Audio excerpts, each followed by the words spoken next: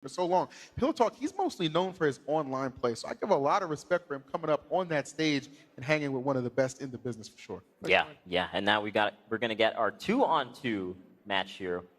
What do you think is going to happen here? Depending on the characters that we have left from Australia, we have Ghost, Ichigo, and Pro. So they got everyone in here. They got Rob, they got Ike, and they got Daisy. What kind of character combination do you think we're going to see? Well, I'd love to see Ghost. I think Ghost and Ichigo would be my pick, right? You can kind of mix up the Daisy Joker there with Ghost, and then you go and you look at Ichigo. I mean, just a pure Ike main. Oof. That's somebody, like Ike is a character who can just knock off stocks. You're able to just kind of accumulate the damage, which we already know Peach Daisy is able to do that very easily. Good team composition developing there. That could be what they need to just propel themselves. And from what we've seen so far, I think Smash Ball has been like a very prominent aspect of a lot of these games. I've seen that more than anything. Yeah. So do you think that, Supergirl tells, do you think they should be playing around that kind of idea, knowing that Smash Ball is kind of a factor in a 2-on-2, being able to get the Smash Ball and do that huge area of effect kind of move with your final smash? Do you think their character selection should kind of revolve around that kind of idea? For sure. I mean, looking at their characters, not only to plan who's a better team, but this Smash Ball who's been appearing so much definitely should be planned. Okay, which character do we have that actually does have the best, chance at not only using the Smash Ball, but actually chasing the Smash Ball? Because I feel like we've seen Zero Suit Samus, and we've seen Bayonetta, who has been really taking advantage of getting those Smash Balls because they have so much movement options. So I feel like that's definitely going to be a play that they're going to have to do. Right. And going into this tournament, we got to keep in mind that Australia did use one of their substitutions. They can only have one more substitution for the rest of the tournament, and this is just the seeding round. So there's a lot of matches left to play, as all of them will be returning for the semifinals based on how the seeding goes. And what are your thoughts going in this next game? I mean, you kind of got to imagine, again, it just came down to confidence, right? How confident are we? Pillow Talk probably stepped up and said, look, put me in, give me an opportunity. And I think he did tremendous, you know what I'm saying? He did not get blown out by any stretch of the imagination, but now it is on to the 2 Fountain of Greek. Love this stage. I love this stage so much. I was so excited that it's back. Look at the water. Oh my God, it's just a beautiful stage. It's home, baby. But who is home here? Pro goes showing that they are here to stay. This is the Rob that I was talking about. We're going to see already putting in that edge guard, controlling the center stage. Notice how he's on the ground constantly and just really maintaining his control with the gyro. I think that's going to come into huge play here, definitely for Team Australia. And as a Rob man, Pro was mentioning that he's already very familiar with items because he's got to use the gyro so much, right? So he's very good at using the items to his advantage and getting the advantage. So I'm curious to see how this one goes. No doubt about it. I mean, you can understand, again, Kelsey highlighted how Joker is just that much more effective in a doubles environment because of what you get off the teammate as well. So I think that's going to be a tremendous advantage for them going forward. Okay. Little pot. It's so good. Someone had an itch. Keep it rolling. It happens. Okay. But looking here from North America, we got Colt and Devontae. Devontae's Wario, very good at combos. He's the type of guy that once he is in, he gets that damage done. And already showing it, Pro and Ghost already at 100 and so each, and almost taking the stock too. Yoshi loves to just come in and take those stocks. Yeah, from what I've noticed with the USA team, Poltergust has he's pretty good at offensive mix-ups. And Devontae, on the other hand, actually was pretty passive with his aggro. So I think this is going to be a really nice team dynamic. You'll see a lot of bait and punish from Devontae. That's kind of like the way he likes to play his Wario. And obviously, you look at the stage we're on, it's been very effective thus far. Trying to really put a dent in this Australian team thus far. Yeah, Rob, though, such a heavy character. So hard to really drop and even get to. Look at him on the edge just chilling alone, not really worrying about what's been going on. And are we going to have a combo? No, Ghost trying to follow it up, but does chase Yoshi, and Poltergust going to land safely. And with the item that Ghost has, he can actually keep pushing forward pretty well because his back is completely shielded there for a while. So a lot of people are just kind of avoiding Ghost. He's got a lot of damage off of him. All right, that's our smash coming up from Pro. This man has not died. Yeah, his stock has definitely been getting plenty of equity, no doubt about that, and just continues to be this offensive force. And I was almost a little bit worried, how his combo game or his effectiveness in general would be in this doubles environment. He has been flourishing this far. And also, when someone has high percent like that, you can kind of play around the opponent's team coming at you. You know that they're going to be gunning for you when you have that high percent. Yeah. Play just a little bit more defensive, and Rob is super good at staying off stage too. Yeah, definitely, for sure. Poltergust now responding with a fresh stock, and that's actually one of a very important things in doubles. When you have such high percent, you tend to be knocked so far. It's so hard to get back to your partner, but now being a low percent, this could be good. And Devontae here trying to get him into the final smash. Poltergust literally dodged it. Perfect timing. He was about to hit his partner. Oh, wow. That movement platform actually aiding Ghost and getting off that stock. That is tough with the immediate retaliation for Polt. Yeah. And again, some of these final smashes just not quite as good as like the Palutena one we saw, where it's just like black hole in the middle of the stage. Right. Some of them you have to really home in and hit your target perfectly to make the most out of that. Yep, some are definitely stronger than others, and in this case, I believe everybody here does have the same kind of power when it comes to smashes, and even to try and even get the smash on an opponent is hard enough. So I feel like that it has been very skill-based that we've been seeing here. Oh, for sure. Item play, how to use these items, that has been coming up. We got a sword, Yes, we got super the gun, and we got a baseball on the field. I'm gonna see that one, launch it here, and he's gonna hit Ghost, he's gonna score it for a set. That was so bold by Ghost. It's like, I know what my character can do, and I'm just going to neutralize that super scope and make it not even a problem. Killing Edge just sitting there menacing these. Those need to get their hands on that. All right, Poltergust getting back out. Rob hangs so hard, but pops right out and continue hatching. I'm bored, honey. Okay. Oh my gosh. I like that as soon as they're split up even a little bit, both teams just are able to come back together and help out their allies, man. It's just a lot of stuff. Definitely. Both of them working so good as a team. You really see Devontae and Poltergust sticking really close together. I've never actually seen them being very far apart. Of course, as I'm saying that, they go really far away from each other. But resuming, I think they were just kind of waiting for Seb Pro to really lose that invincibility once spawning. Right. But I mean, I think the teamwork, just in general, for both these teams have really just impressed me. You can tell, man, from jump, you got that rule set. They were automatically in the lab because you have to come into this with a sense of urgency. Like, look, we got to perform well. We got to be practicing from the tip off. Yeah, we're not seeing any like very long strings from either team, and that's a testament to their team dynamic, right? As soon as one of them is getting hit, the other is just right there to break up the pressure. Here comes the laser from Rob. What Right. you got? Letting it go. Poltergust, I'm sorry, but your super armor is not going to save you there. Yeah, that guided Robo Beam is so powerful. He's fortunate, though. He's at a lower percent, so the damage is going to be pretty minimal as far. I love, Poltergust. That pro kind of helps the blue shell go off stage for you and get to the edge so that can kill me. You try to avoid it for dear life, man. You use all your recovery tools, and it doesn't even matter. It would be like that.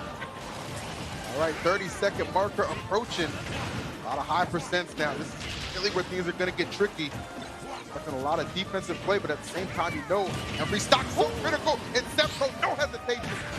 Oh man, having those huge optic spikes as we're seeing in this match, and even with the Ivysaur match, it helps out so much because as soon as someone's off stage, one person can stay on stage and just cover you, and then the other person gets thrown, then he's down here and gets a lot of KO. Definitely, for sure.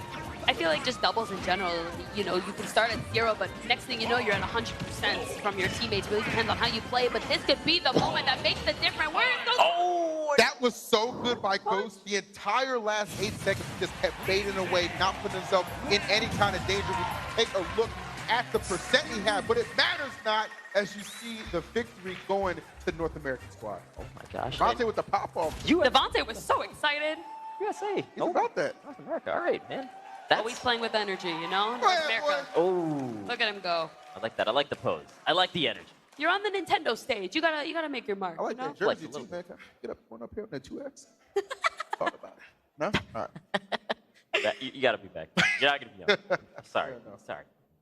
Oh man, that was an explosive game. It really was.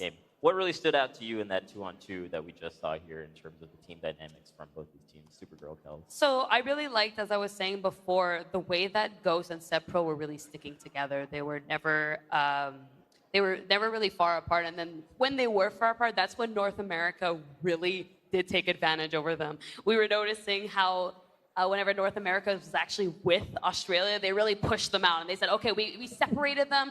Let's team up on this one guy. And that's what they did. They kept getting that advantage on them so well. It was really great from North America to take advantage of the Australian team like that. Oh, man. And before we go into the next set, let's take a look at the results from that last match here.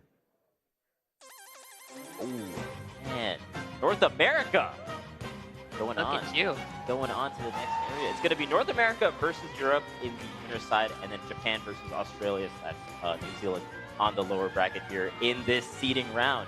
Very, very interesting stuff. Like we were talking about earlier, we were all thinking that Japan was going to be like the strong players here. At the top of the show, though, I told you, you can't sleep on anyone. Yep. Cannot peg a for sure winner. And again, it just comes down to strategy. Who we're going to use in that 1v1, the 2v2, our character selections.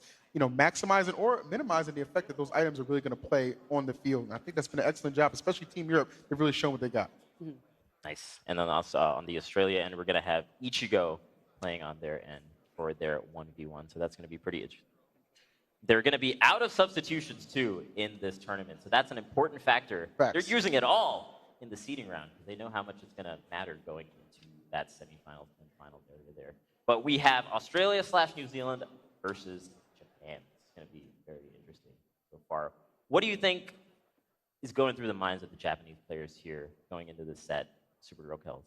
Well, ever since we've seen Japan come into this tournament, they've been so focused in terms of improving. Who are we watching for? Who's the plan against who? I've literally been seeing these guys play non-stop. So I feel like now they can kind of look back at their round one and be like, this is the mistake we made. Maybe we shouldn't have sent this player for this, or maybe we should use this for doubles. So now that they have this, they can take that advantage and at least get that third seed. Seeding is so important when it comes to this event. It really lines up who you're going to be playing against, how much energy you're going to be preserving to use for that finals when you really need it most. So. Right. The semifinals are going to be single eliminations. Yes. Definitely matters a lot. And EE, what do you think is the mentality here going from the Australian team's end going into this after taking that loss? Well, I mean, you know, it's never easy having to play a back-to-back after you took the L. Right. That's definitely tough. But, I mean, your mentality has to be like, look, we didn't fly halfway around the world to lose. Okay? We just got to get involved, get engaged, and handle business. That's from both ends. I mean, they both got to feel that. I'm saying, but, I mean, in my opinion, the Australian team's going to feel a little bit more pressure. You know what I mean? Japan, I feel like it's always just another day at the office. Right. And we're going to go into this game. We got Ghost versus Kombu.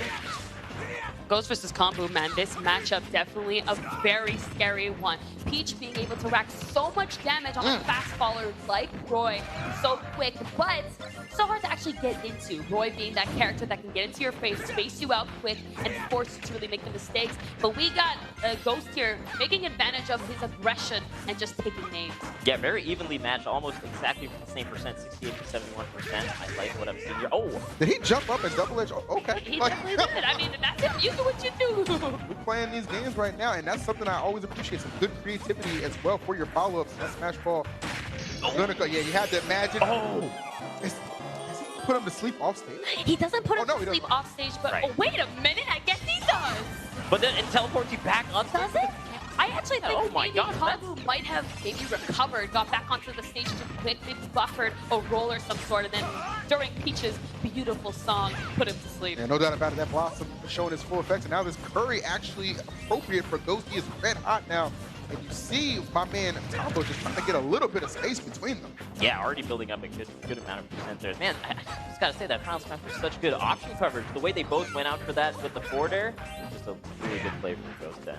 It really shows that the final smash really is going to make the difference. We've been seeing it every single game. You can be down and out, but that smash will potentially bring you back and even put you in the lead, and that's what's so important about this tournament. Yeah, and some items they just tend to ignore. Like, they don't want anything to do with this punching bag. Punching bag looking real happy on the left side. Look at him, man. Who wants to?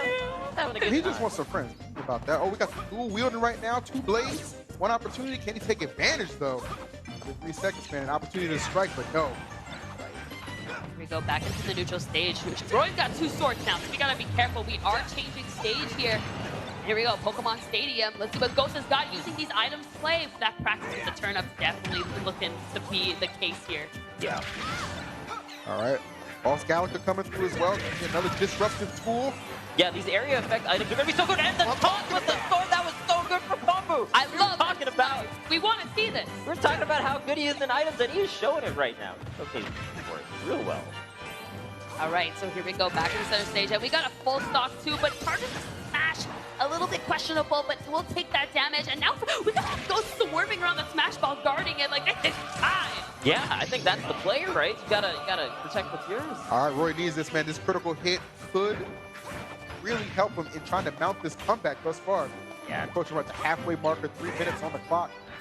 It looks like he wants to tap on just a little bit more percent, just in case, to make sure that this final smash KOs. But Ghost is doing such a good job with the float and staying above Roy, but that also has its own danger, as Roy can do those up airs. Oh, the recovery attempt, and that's gonna free up the smash ball as well. Well, this is deja vu. Yeah, this happened on the right side over there. Yeah, just on the opposite day time. Oh, man. This has been a nasty display from Ghost thus far, man. Yeah, 2 minutes and 30 seconds left here in this game. I do love the way Kombu is playing in terms of waiting for Ghost to actually put out a float. Whenever he's been putting out a float, that's been Kombu's play to really throw those items at him. We saw that with the sword, and now we're seeing it again where he's really baiting these floats and then taking advantage with the bears. Yeah. Very good point. I almost feel like some of those opportunities are kind of few and far between, just as solid as we've seen Ghost play just overall. And overall, it feels like Ghost is kind of adapting to what you're talking about and staying a lot more grounded with turnip play and then just trying to shark Kombu with these backwards uppers. Definitely. Throwing out that turnip there, that down special with Toad. Expecting Kombu to be quite aggressive, but this one time moves back and just kind of resets himself and says, okay, how can I actually get in and get the piece back into the game? Oh man, keeping center stage during this straight stage transformation is also very important.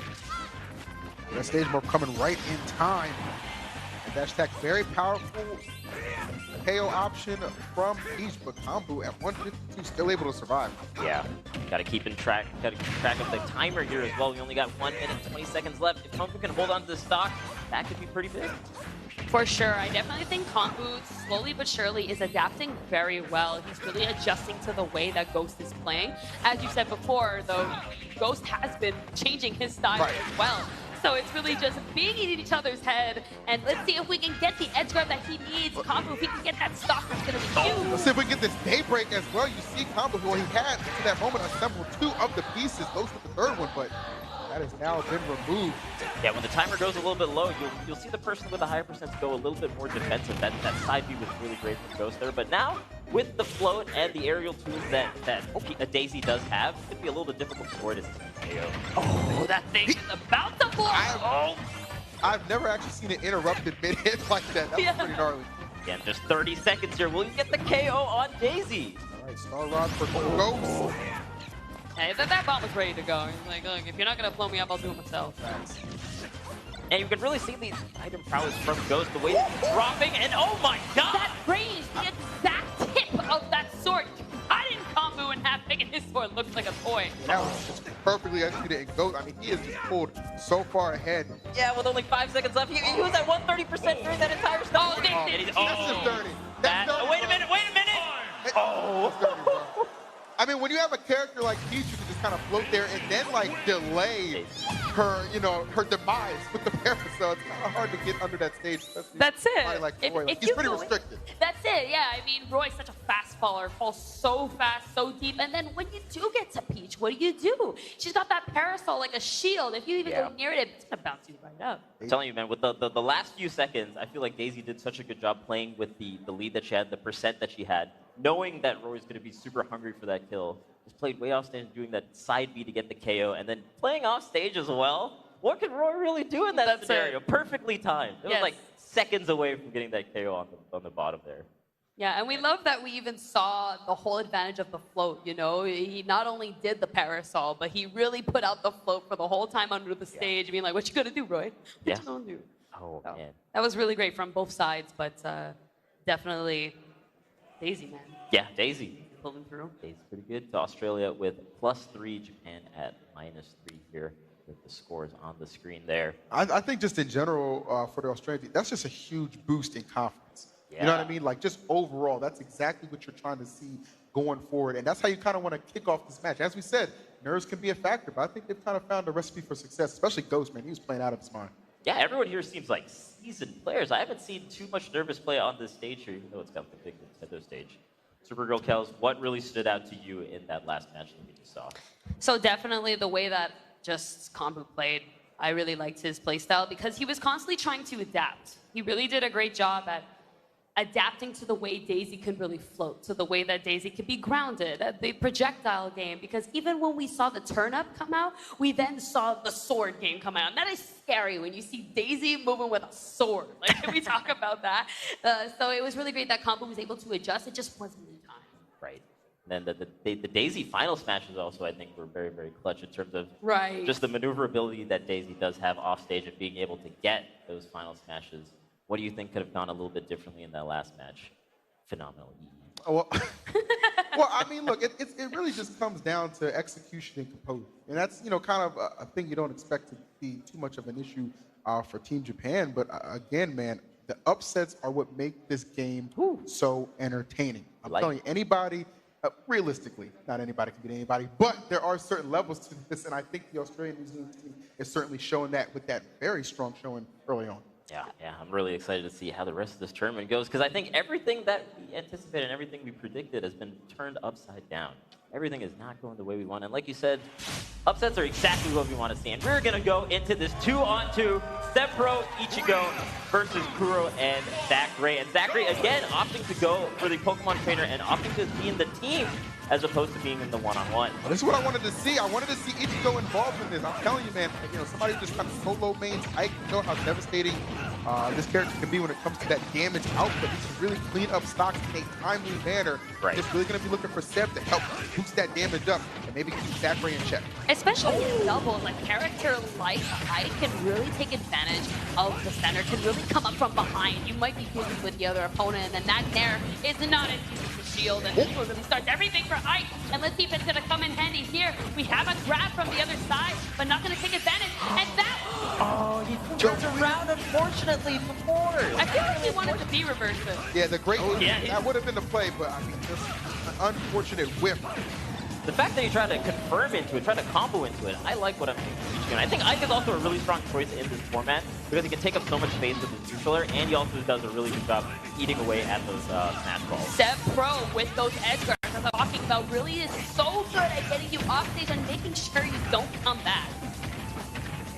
And we're doing a little one-on-one. Because the stage is so big, both of them can just opt to do their one-on-ones on opposite sides of the stage. And what they need to be careful, though, you see just moments ago, though, Zachary, he was really bullying Ichigo off stage. Obviously, the tables have kind of turned a little bit, though, but you want to keep in mind that quick draw recovery of Ice to be really susceptible to some portals shenanigans. Yeah, Ivysaur can really do a good job off the stage there with like back air and whatnot. So that's something you got to really keep in mind and protect your ally, especially against a player like that. So we just saw the laser from Seb Pro completely miss the center of the stage. A stage like Congo Jungle, so good at making projectiles, making certain moves miss. Oh, I feel like that's what we've seen. But we do have beat boops up in here for Seb Pro that will be taking advantage for him. He's going to take that KO, and Zachary bursting with Charizard here. Oh, yeah.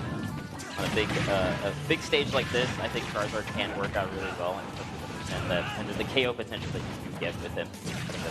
Oh, for sure. If you got somebody, bodies flying around, you want somebody to just kind of put on some big-time damage and take up that space in a dominant way. And I think Charizard is definitely the answer. And for Zachary, it's not going to matter who he's really selecting. He tends to get the job done either way as Ichigo dropping that stop.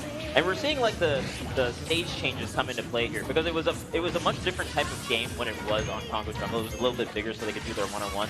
On this particular match, you can't really do that. Like everyone is more in the fray.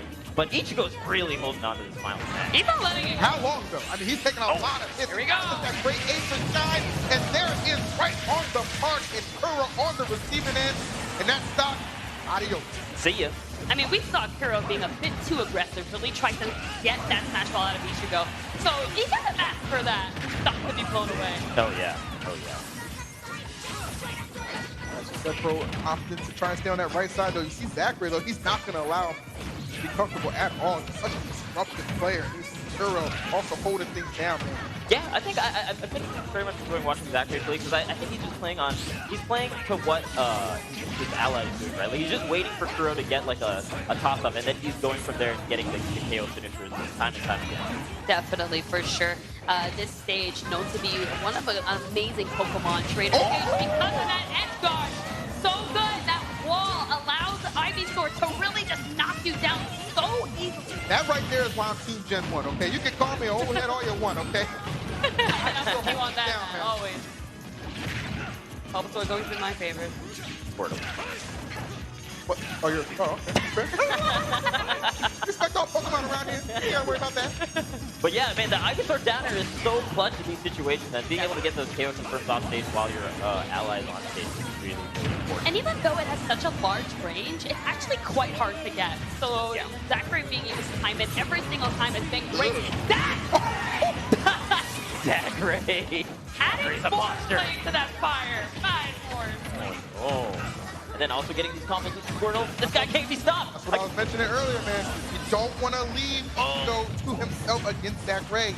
He's making clean work of him. Anytime there's a one-on-one situation, either percent's being billed or the stock. Oh, that was a really smart laser from Sepro to be able to get that final smash. All right, and this guided Robo Beam is going to be tremendous to cover a lot of ground. Kuro trying to get the air dodge to escape it, but going to live despite taking the damage. Only 74. Again, I think the stage really coming into play there with this large stage Kuro being able to live with the proper DI. And we're going to see again, maybe one-on-one situations. How are they going to adapt? Zachary being such a menace. Oh, Kuro, a boost kick, going to throw a little damage on Sepro, but not enough to get him safely back to the stage. I feel like Sepro is definitely being the target here, being that big character with the percent racking up quite quickly. Definitely having a hard time maintaining control here. Kuro with the edge guard, being able to juggle Robbie so easily, definitely showing up here. Yeah, that quick draw recovery just running into the brick wall of Zach Ray. And now turning his attention over to Sepro, just struggling to get back safely. Zach Ray unrelenting with his pressure that he is applying. Yeah, Zach Ray is just covering the entire edge guard situation. Whenever Kuro tosses anyone to him, he's just ready with the backer, ready with the down. Zach Ray! Assist of the year, man. I feel like I saw that. Zach Ray! This man. He cannot be stopped. This legend. He's a legend. In the making. Oh my God. There's that evil mushroom. You don't want to take too many spores off of that. Reverse how your controls go from left to right. He's still going. Ichigo is experiencing right now. A little vertigo. Why does this Agitor have infinite PP? What's going on? You shouldn't be able to put out this many moves. Oh my God. Give him a taste of his own medicine. Okay, for the last couple seconds here, not going to be able to get the side B. I don't even think it mattered. Yeah, I feel like that last minute, Zachary just turned something on and just... Flip that switch, man. Yeah, I don't know. He got some stone in his pocket or whatever that just pumped up his Pokemon. That was looking more like a Venusaur. Honestly. Man, that's crazy. Oh my God, Zachary's super good. I think a lot of that was, like I said, I think his ally was staying on stage and just like tossing the opponents to him, and then the edge guarding from Zachary was just phenomenal the entire time. The offstage play can't be understated here. No, not at all. What do you think was on the opposite end there, from the Australia team? What do you think they could have done a little bit better? It almost seemed like, and as talented as he is, it almost seemed like for me, Seb was a little more nervous than I was expecting in that. Obviously, doubles can be a very chaotic environment, but you always just kind of got to rise to the challenge. And in that one, from what I saw, it just looked like the nerves might have got the better of him. Right. Supergirl Kels, what do you think could have been a little bit different there from Australia's end in that previous game? I think they were being too aggressive. I really think they were forcing themselves off stage, really trying to chase this Venusaur and really trying to just get that edge guard as quick as possible. They kept going low, and then Zachary just kept popping them down. In general, they were just really pushing themselves into their face, putting themselves in positions they just couldn't get comfortable in, and lost the stock for it. So. Right. But still got to give a hand to them. That was an incredible set that we just saw here. But up next, we got the winner's side of this seeding bracket. We got Europe versus North America. Let's go. Oh, man. What do you think is going to happen here? How do you think they're going to divvy up the 1v1 and the 2v2s? Both of them still do have their substitutions as well. I mean, if I'm North America, I'm sticking with letting Raph go ahead and just go in there and just handle the 1v1. You kind of want to almost try and hopefully assure that victory. It's not obviously a guarantee because the European side, look, Light is one of the, I feel like, unheralded, players that we have in our competitive scene. He's a really talented individual. Like, he's been tearing up the European scene for a while. So if those two were to butt heads in the 1v1, then it'll really come down to the 2v2, which I think could really spice things up. Yeah, I think the 2v2s, from what we've seen, could either go kind of even or just get fully blown apart if you're really good and the team dynamic. Yeah. So I think it's going to come down to which of these players have the better team dynamic. And in terms of character selection, what do you think is going to be happening here, Supergirl Kels? I really think we might be seeing Wrath's Joker versus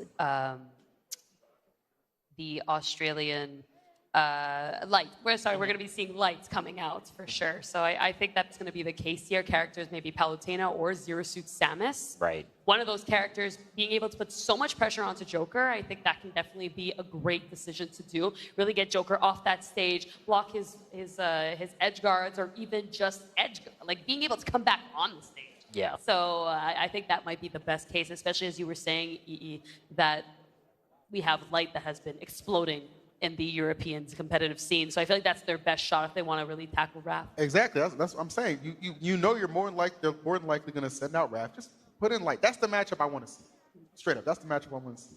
Yeah, the strong players, the The best on each team. Yeah. No disrespect. Everybody on that stage is good. Of course. Okay.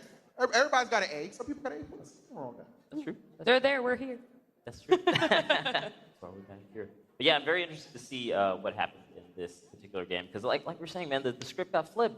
Things didn't happen the way we thought we were going to go. The seeding round has been completely different from what we thought was going to happen. And I think the big thing is that the items aren't as huge a factor as we thought they were going to be. We're seeing Sonic. So we got the Supergirl Kel. We didn't get the matchup. We got a Sonic on stage. Supergirl Kel, tell us what's good right now. So let me tell you about this matchup real quick. When the game came out, all Sonic players, including myself, were saying this is Sonic's worst matchup. Okay. It is so hard for Sonic to get safely onto Palutena without really forcing a spin dash, which Light just dash attack through.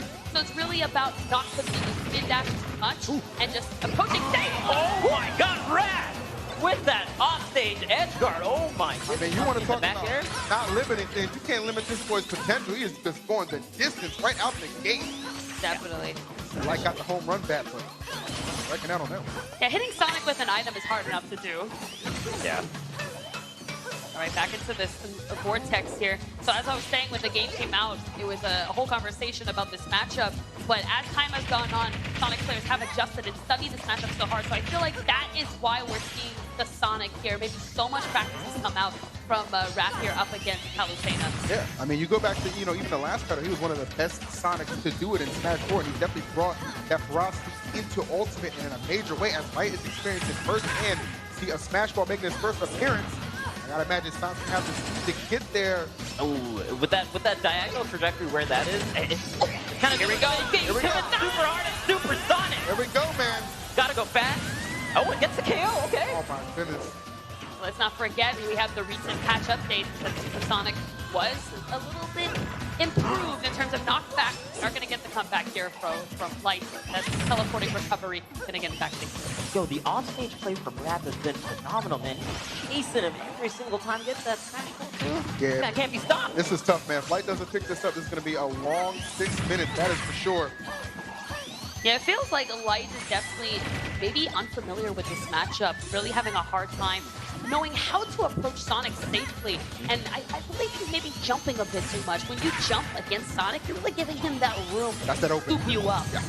Yeah. A tremendous opening in Raph.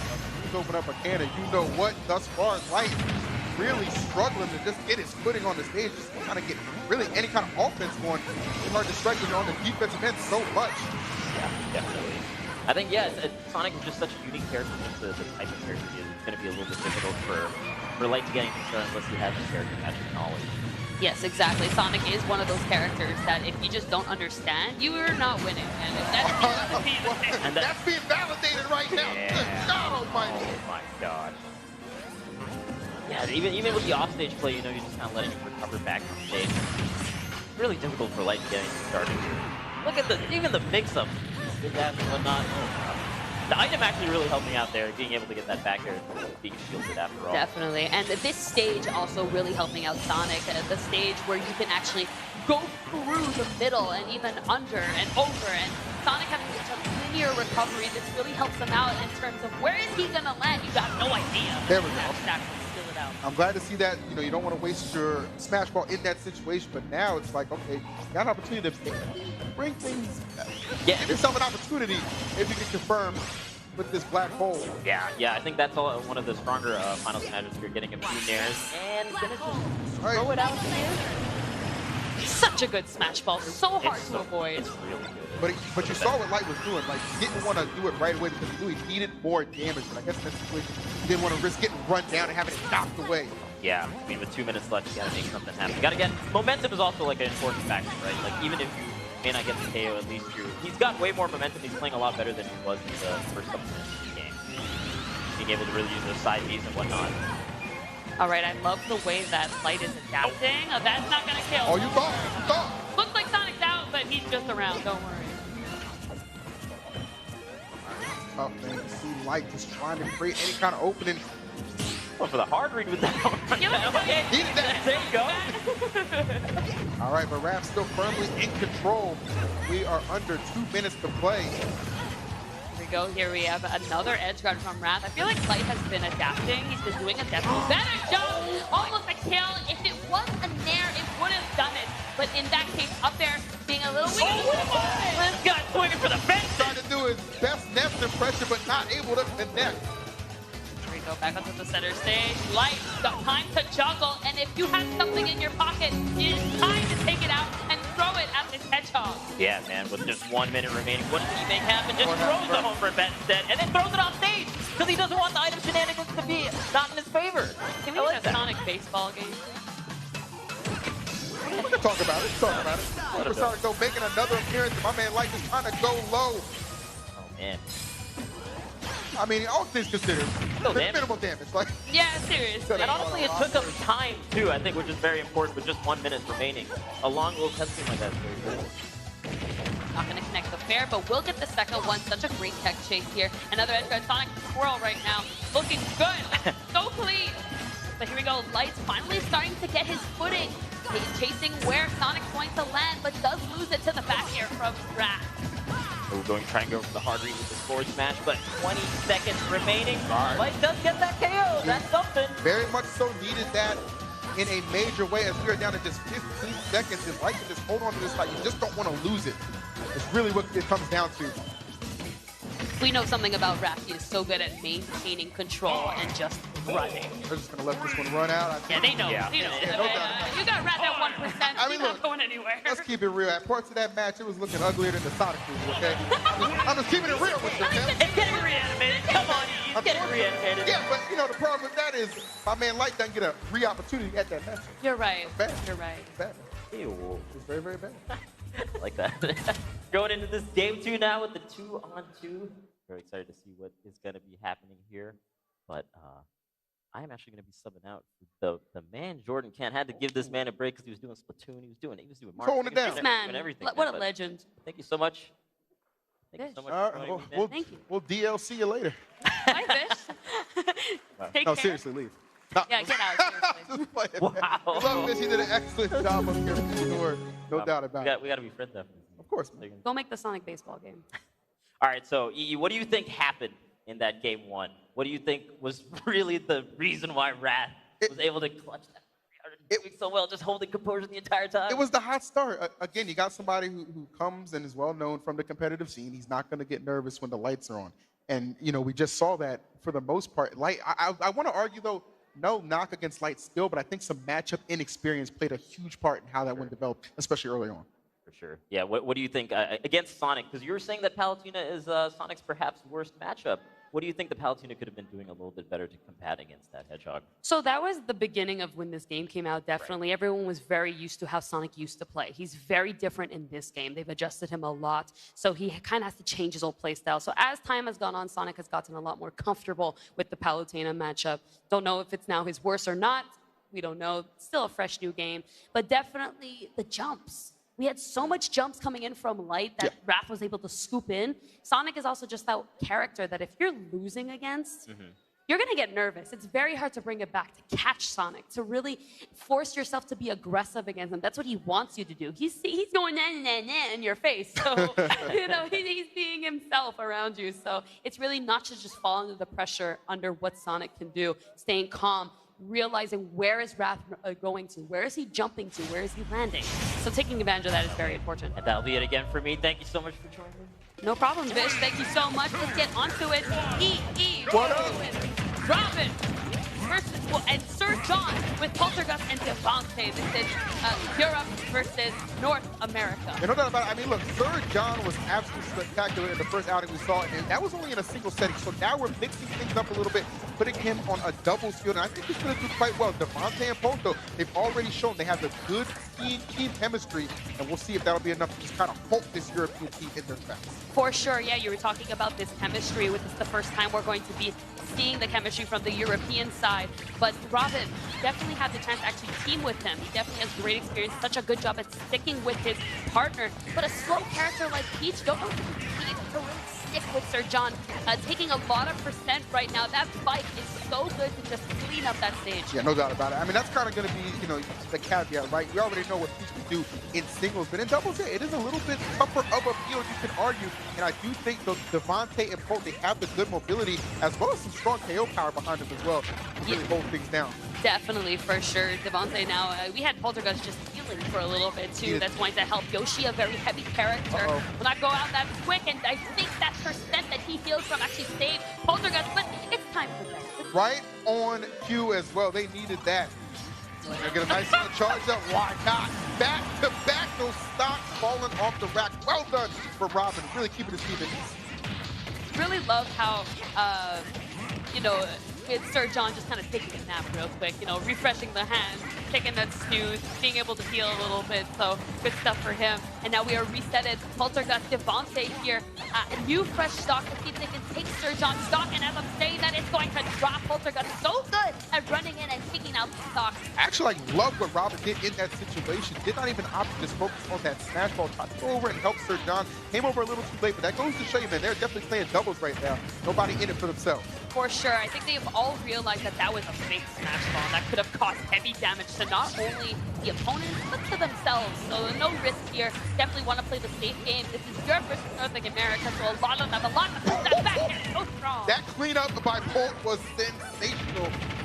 Yeah, you always feel like you can avoid that back air, but that little back kiss up to Yoshi's tail is a lot bigger than what people will look.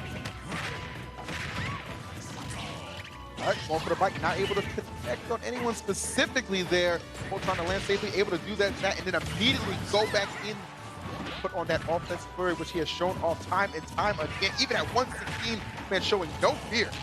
We're seeing the team plays coming out from Robin and Sir John right now, both of them kind of hitting the opponents back and forth, kind of creating like a ping pong scenario, and we are going back to bed. No, you need those 8 hours. No doubt about it, man. Somebody who got some rest as well. Jordan has joined us at the desk. Good to see you, my man. Hope you're feeling good. Oh, EE, it is great to see you. Kel's great job as well, too. And you look at the mayhem, that is 2-on-2 right now, but you look at the ability of certain characters like Yoshi and how well he's able to move in the air here. Kel's certainly able to put a lot of pressure and maneuver around the stage here. Yes, definitely, for sure. Yoshi, that character, as you were saying, has great momentum, has super armor. Super armor, basically, these frames within the character's movements that make him quite invincible. He might take damage, but no actual knockback, which allows Poltergust to really get anywhere he wants to on the stage. And obviously, Wario, with that bike, able to create so much havoc on the stage here at EE. It's a projectile for a character that usually doesn't have a lot of range, but you know that Devontae is so capable of utilizing that to mix up opponents. Oh, absolutely. Again, we've highlighted the fact this man's whole style is just kind of bait and just kind of punish from there. And being able to use that as a recovery tool as well as get on stage and just cause a lot of chaos. You've seen it thus far. It's been an excellent pressure tool, even amongst all the chaos with these items and just this 4 characters just slugging it out. As you see, he's already got himself on that beam sword.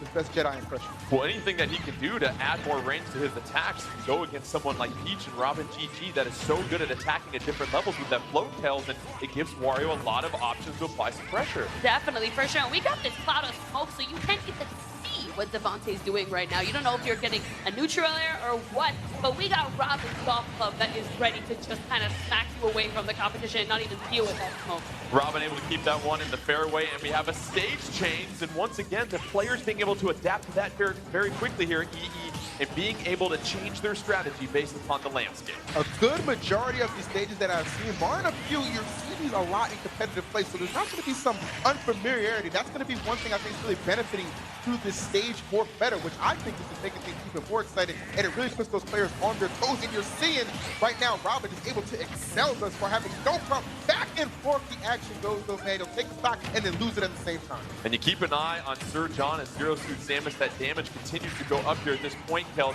What do you have to do to make sure with a minute left you can maybe hang on to that precious stock, that precious point?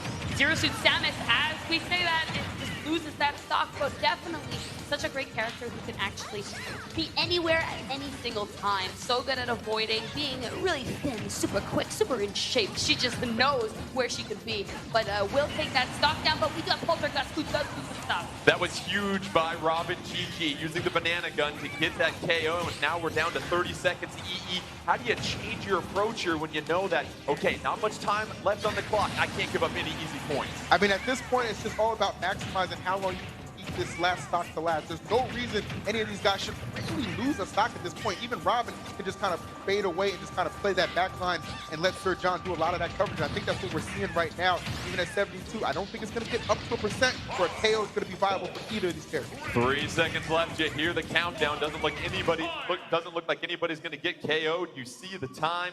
Let's see who was victorious right here. Hey. Surprise, Nicely surprise. done by Team Europe. So they battle back in the 2v2 after losing the 1-on-1. And you look at the score here now, and two of our top teams that were very close coming in. We'll do the math here. We'll get the abacus, the calculator out here at EE, but very nicely done by the pair of the European players to bounce back. Well, I think, honestly, and that's not even a surprise to me. I highlighted the fact that, even before this competition started, it seemed like overall, their teamwork seemed like to be the most on the same page. And I think in a double scenario, and of course you got Light there to kind of give some guidance too, that's really what's going to propel them. And I think that was really critical against a team like Devontae and Poet, who have shown to be very capable already. And Kels, it's such a good point. The teamwork we see 2v2. What are some of the other areas these players are going to be communicating about and trying to work on when they get that opportunity to pair up with one of their buddies? For sure, and we've been seeing that within Europe. I really love the way that they kind of created that ping pong situation. They really forced Team America to be within each other, get one out of the way, hit one after the other. They really did a good job at racking that damage on that one character. And then, okay, well, let's leave him alone. Let's go to the other guy. They really stuck together the entire time. And that is the key of doubles. Talking to your partner, having communication, and not really going after somebody, but maintaining control of that stage together as a team. And that's such a good point. We're going to keep bringing up that term stage control because especially with items here at EE, you control the stage. You have the fastest path to the items where even though they're on low, they can make enough of a difference to turn the tide here. That's what again, that's what I keep telling people. It's all about your neutral game, right? How solidly you can just control the pace of the matchup. And then for you, the items are all in your control because you dictate how they go. And some items you even saw at times when they're pressuring somebody, they don't even like to go for them. Because what do you need to? You have full stage control. You're putting on the pressure. I don't need the item. But because I'm pressuring you so much, it's always an option.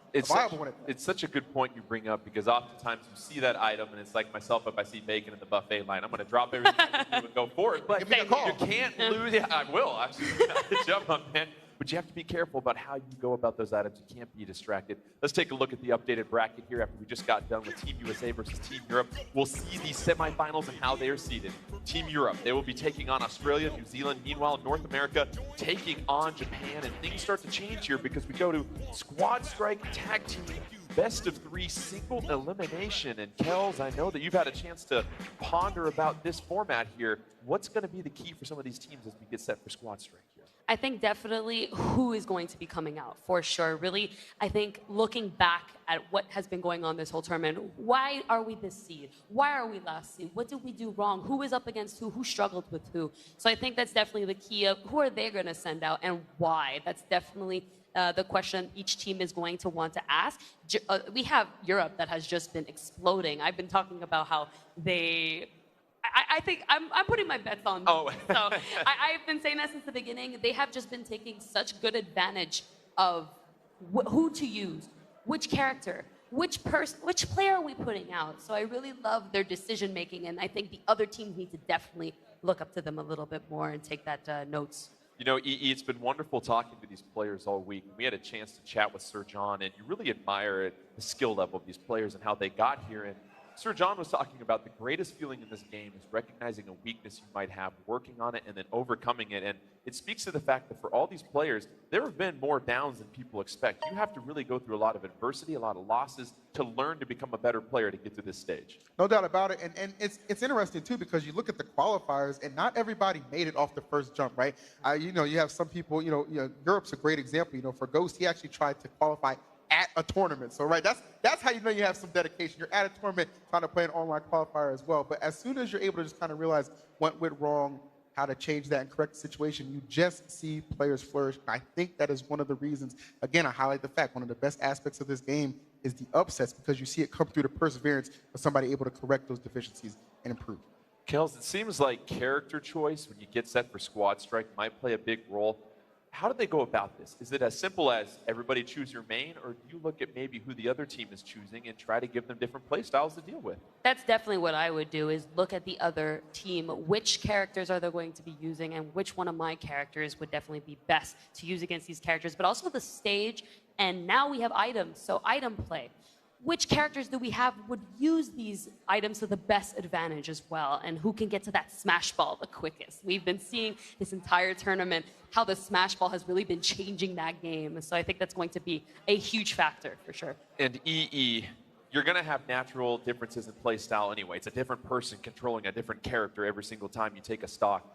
How important is it to play the percentage, the score and scenario game where you're looking at your percentage versus what they might have when they come in, so you make sure that you continue to always have that advantage based upon how you guys are doing? Well, it's hard because a lot of times nerves can play a factor. You see that percent starting to build and starting to mount. You get a little more careful with your movement. I think, honestly, overall, the best way to maintain composure, it's really going to come down to that. And that's why I think it's so important when you put people in a 3v3 environment like this, you have to have that good camaraderie with your team. They got to be keeping you engaged. You just kind of want to galvanize the troops and just handle business. What's interesting is you oftentimes see teams save their strongest player for their third and final stock. It seems like if I know that great player's coming up here, Kels, I want to make sure I at least have somewhat of an advantage going in. I don't want to empty everything in the tank and then get stuck with their best player here at the end. So how important it is to get off to a good start in Squad Strike? Definitely a great start. It's going to build up, as you said, confidence, and even just not to be too nervous, and just the advantage of which character is what, you know. So definitely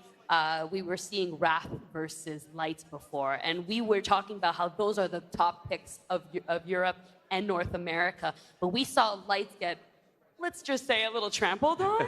But maybe another player on Team Europe could have handled Wrath better. We don't know. Maybe somebody on the team could be higher up, but they might handle Sonic better. So it really comes down to that as well, of who can handle this character the best. Team Europe taking on Team Australia, New Zealand. Let's take a closer look, and here's some more from our friends from Down Under.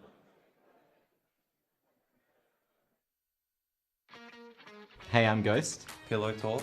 Seb Pro 101. Ichigo. And we're the team representing Australia and New Zealand.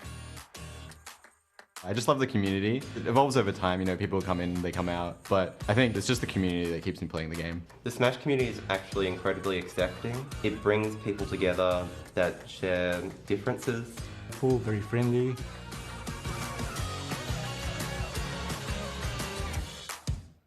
You hear that word that makes you feel all warm and fuzzy inside, community, and you both are obviously big parts of the Smash community. What can you say to some folks that are maybe just getting into the game here, Kels, that haven't necessarily played a lot of competitive and they want to know what that scene's looking like? Can you describe it for us? Definitely, there are tournaments everywhere now. Everyone is playing this game. So to find your local scene and just, if you have that passion for this game, go to it. Go ask some questions. Just like these players here, they got here and we're in this game because of them. So let's get going. We're going to go ahead and commentate Light versus Ichigo. Here we go. Team Europe in red, Team Australia in blue, and EE. You see the characters chosen. Any initial thoughts on what we see here at the bottom of the screen? Well, you know, I'm not too surprised about the Sheik, the Pit decision, though. That, to me, definitely caught me off guard. But I tell you what, I like Pit's ability to really, when you get off stage, just survive. That is the name of the game. And you can almost argue, too, that lightweight of Sheik, oftentimes we see it can betray her at times. Even losing stocks as early as like 80%. That is not what you want to see going forward. And I'll tell you what, this Def Scythe is not going to make things any easier. He's able to connect a solid hit. Have to be careful not to get above 100% with that. And Kels, you look at Light going with Sheik. Sheik, a very combo-heavy character, going to have to land a lot of hits here in order to rack up that damage. Of course, though, we do have smashes and these stages. These stages are also very, very quite small on the edges. So because of that, it will give an advantage to Sheik's kill power. And we saw that just now. And the combo game is just going to keep racking only 68%. An easy hit to go up here to bring Ike to the exact same percent quite soon.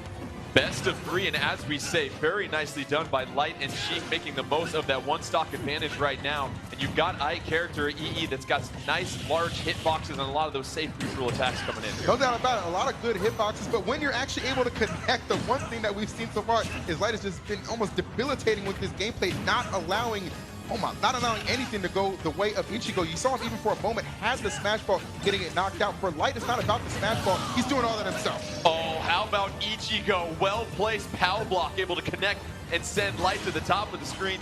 Here comes Palutena jumping in right now, and we've noticed before, Palutena gonna love to try and grapple. Very mobile character as well, too. If you're Ike, this is a point where you just gotta try to hang on and get as much damage racked up as you possibly can. For sure, Ike's such a heavy character, wants to stay in the game for as long as possible and get that damage. That smash ball looking scary, but Ichigo's Ike, you're not gonna take another hit, and now we are down to the last pit here. Dark, but let's see what he's got. The Palutena showing that he owns him, and he's like, I'm showing you that I am your angel. One of the best smash attacks in the game, then the X-Bomb connects as well too, so you look at Team Europe, 2-1 stock advantage and plenty of life as well too, EE. You just have to play smart and not give Ichigo Australia anything easy here. No doubt about it. It has been anything but easy thus far. Light has been putting on an absolute clinic. I mean, you see him just kind of dominating. He still has a whole nother character in the tank. Meanwhile, this Dark Pit looking like that stock is on borrowed time, barring some kind of miracle, and that star is not going to lend to that. Ichigo trying to mount a comeback, got a steep hill to climb. Light, and that will do it, the KO, and Light shining bright in that matchup right there. Very nicely done, giving some momentum to Team Europe as they get set for their second match here. And what we really saw was the ability of Sheik to disrupt everything that Team Australia and Ichigo was trying to do. Definitely. I mean, any sword character, Pit, Ike, really does a great job at baiting and punishing, not actually committing first, but fading back and forth, where Sheik is a character that just gets in your face and gets that job done. So I felt it looked so hard for the sword characters to really land and find that footing.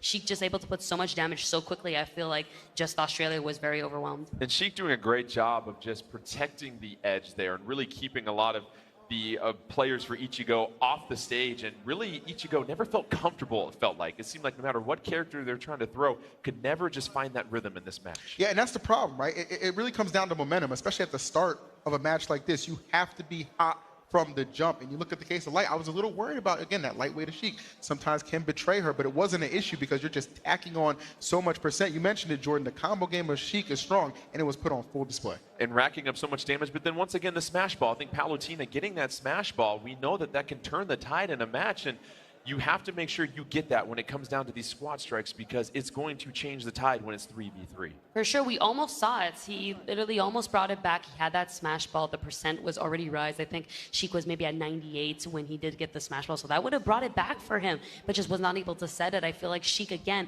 so much hits, so fast, was able to just suck that smash ball out of him and really just say, hey, like, this is mine, you know? And EE, what's interesting is you go from Sheik to Palutena, definitely a difference in playstyle there, but on Ichigo's side, you had Pit, Dark Pit, and Ike, and really just 3 sword-wielding characters, so not much variance there. Didn't really have to force Light to adjust too much. Well, I think the main thing, too, is the fact that, you know, Pit and Dark Pit, I mean, that's pretty much, you're almost one and the same at that point. So if I'm Light, I'm just thinking, okay, well, I'm going to play the matchup almost identical, and we saw from Open and Tip, that was enough to just propel him ahead so far that the Ike just, there was no real difference to be found there, unfortunately. Well, as we said, Team Europe taking on Team Australia, New Zealand. We heard from Australia, New Zealand. Let's hear from Team Europe. I'm Light. Sedron. Robin GG. Thunder. We are Team Europe and we are here to take it all. Why Smash? Because it's a game you can get into very easily and it's so much fun to play, and these are all different scenarios you can get every time you play. It's made like for every age. Doesn't matter how old are you, even people who are like 40 still enjoy the game, like my mom or me. I started playing with 6 and 26 now, and it's still super fun. I appreciate the video editor showing a shot of me when he said age 40 playing Smash. So thank you. Come on. Got a couple more years till that. Unbelievable. Who do you got to give 10 bucks to around here? But you look at Team Europe, and you've been high on this team all tournament long throughout the week, Kels, and they are certainly demonstrating why they are a force to be reckoned with. For sure. I mean, I had a chance to play every single one of them. They're all extremely passionate players. Not to say that none of them, the other ones are, but they have just worked so hard and so underrated. I feel slept on. So because of that, they just come so prepared, and we're going to just sweep under the rug, you know? And Kels, I'm going to toss it right back to you. You see the character choices. Robin GG taking on Seb Pro. Your thoughts? So Seb Pro, we know him for his Rob, now opening up a Pokemon trainer, very interesting. I know about his Inkling, so he's got that in the back for sure. Very big force to be reckoned with. Squirtle coming to handle Peach here, definitely a great choice. A character who can really space out, get into your face, and get that damage on. Almost the down air coming in, but just a little bit of space. And switching to Ivysaur, what are you typically seeing when we see these Pokemon changes as Pokemon trainer here, EE? Well, I mean, for Ivysaur, it's, look, you do such an excellent job, even at those mid-percents, really just being able to find even kill confirms when you get up to the higher ones, too. You obviously know Squirtle's great at low percents. Charizard can bat up, clean up for the higher percents, but Ivysaur just falls in perfectly to that good middle weight and almost it can be a caveat too if you're Peach, because that's good combo food as well, depending on how things shape up. Ivysaur with some great zoning tools as well too, trying to use that POW block to its advantage right now. No luck right there, but Rob and GG over the 100% mark as we get rolling here. Ivysaur trying to pick out Peach from the air. Peach doing a good job of dancing around in the skies here, Kels. Definitely, for sure, but will get launched into the blast zone. Peach, a character who likes to stay over her opponents and really try to make that damage with her tiptoes, but Ivysaur will just be ready to hit you up. And here comes Wii Fit Trainer, showing Ivysaur needs to get fit. Wii Fit Trainer with the smash ball, able to apply a lot of damage there, but Ivysaur still hanging out, still staying alive. This is what we talk about, EE. These moments in the match where if you're Ivysaur, you can rack up some damage on Wii Fit Trainer. You put your team in a really good position. Oh, absolutely. And then you got the big body of Charizard coming out right now, too, so you already know he's going to be able to survive a little bit longer. So if I'm Robin, I'm thinking that sense of urgency, it might start to pick up just a little here. And you see already, it looks like he's electing to stick with Ivysaur and Charizard as his main go-to, but Robin says enough of that, get him out of here. Robin GG doing a great job of stabilizing this match. Seb Pro going to go with Inkling at this point. You see the bomb shoot racing around the stage, have to be mindful of that. Inkling so quick, so dynamic, so many different ways to attack. And Wii Fit Trainer, though, very athletic, can use that opportunities to avoid a lot of what we're going to see here from Seb Pro. We're definitely going to have to remember that Wii Fit Trainer in this game, when he's got Deep Breathe, it's a danger to everybody. Oh, for sure. Combo games have been greatly increased. So we're seeing that right now. 88 to 64 is not much. One Deep Breathe to put him back. Here it comes. Let's see if he can get himself that KO. Wii Fit Trainer putting Seb Pro through some hot yoga right now. 73 to 100, looking to get the KO off the side, trying to do some edge guarding. Seb Pro able to get back on, turn the tables. You see that splat bomb trying to ledge trap at this point. No luck right there, but connects that black hole bomb just out of the reach of Robin GG. And right now we see EE, Robin GG doing exactly what you want to do when you were down coming in. Absolutely, you know, and this is tremendous. Not only mounting the comeback, but taking the lead at that. And that's going to force out Seb Pro to the Rob. Now, keep in mind, though, Seb Pro, Rob being his best character, he has a very strong combo game, and we've seen his all-stage shenanigans can be aplenty. But right now, Robin is coming in with all the momentum, and Jordan, he's not letting it go. And Robin, as we said, with Wii Fit Trainer, continues the assault, but Rob getting the smash ball. We know he's going to hang off the stage for this. Can he connect with Wii Fit Trainer? Does. Let's go ahead and move on to the next stock. We know what's happening there. And in comes Daisy, and Rob doing a fine job. It's only a 21% difference, so this is anybody's match here, Kels. And he really needed to get rid of that Wii Fit Trainer because he was having such a hard time dealing with it. I feel like he was learning on the spot about that matchup, finally getting rid of it, and now that Daisy is out. A character that a lot of people need to know if you definitely want to play this game competitively, a very strong character. And Rob being that character that racked up so much damage so fast from a safe distance makes it hard for Peach to really get in, or Daisy as well. Here comes the Hokatate bomb. That's going to control part of the stage here. Seb Pro going to have to be mindful of that while handling the aggression coming in from Daisy. Rob dancing off the side of the stage, knowing that rocket's going to land here pretty soon, but Daisy now trying to mix things up, switching between that neutral and that float neutral as well too, EE. Yeah, you mentioned controlling the stage. I mean, either one of these guys really just going back and forth. You see the crate coming through and unloading some very useful items. In the case of Seb Pro, could have the time right now to get the setup. You see Robin trying to create some separation, but Seb unrelenting on this pressure. Can't connect with the aerial. Robin GG doing a fine job of staying alive. Both fighters getting close to that KO range. Daisy, nice little grab, down throw leading to a combo. Can't connect, but you see the fire bar and the X-Bomb on the stage. That could turn things around here, Kels. It definitely could, and here we go. We have the X-Bomb up in place. It has been set up. I love the angle that Robin went into. Definitely trying to keep up the pressure, but a bit too aggressive will definitely cost the game.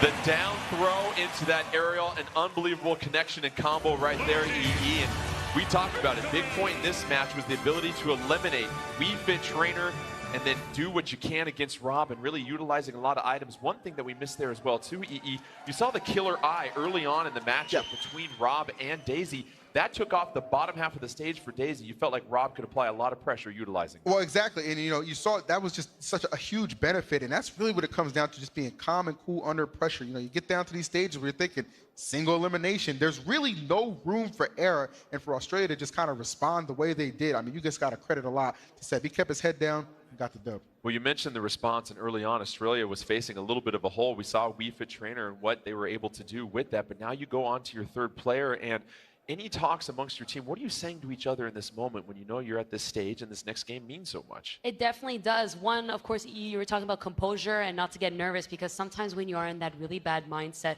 it's very hard to see the light at the end of the cave of what can we do differently, for sure. But staying calm and realizing, okay, you know, this hit us a lot. We got hit by maybe too many areas, or we're jumping too much. Where there, in that case, you know, we had Australia that was a bit Europe was a bit too aggressive, and Australia took advantage of that and was able to clutch that out.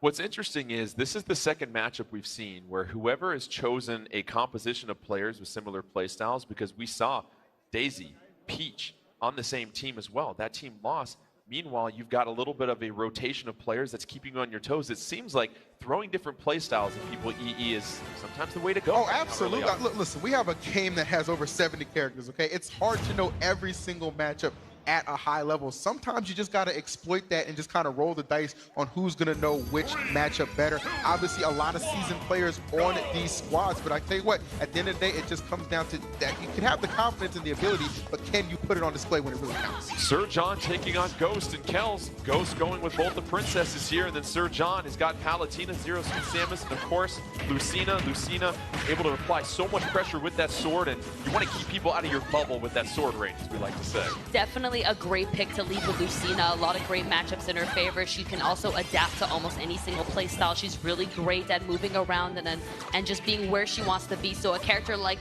Peach or Daisy, she's really great at just launching out her sword, spacing it out, and waiting for Ghost to actually make that option. Daisy doing a good job avoiding the banana gun early on, doesn't want to get split. Nice little attack right there to send Sir John off the stage. Sir John can't recover, and that's a big KO for Ghost right there, EE, because now you've got Daisy with the vegetable feeling pretty good. There's almost a big mistake, too. You saw that turn. If that had actually hit him, that would have given him another opportunity at life to go for that up B, but fortunately that was not the case, and that is going to land Ghost this very impressive lead right out the gate. It's applying a lot of pressure, and thus far, no answers from Sir John. None of them are going to matter anyway. Sir John going with Palutena. How do you combat the pressure and the aggression you're seeing from Ghost here, Kels? Sir John, definitely what Palutena would like to do is stay a little bit back, kind of baiting and punishing what Daisy or Peach would do. And in this case, like, Ghost has just been so aggressive the entire time, so it's been very hard for Palutena to even get herself comfortable into the situation, but finally finds her footing with this edge guard, but she doesn't seem to be making anything out of it, even gets grabbed. Keep an eye on the killer eye, an opportunity for more stage control at this point, and if you're Ghost, you know Palutena has to hang up at the top. Sir John trying to avoid both the killer eye and Daisy.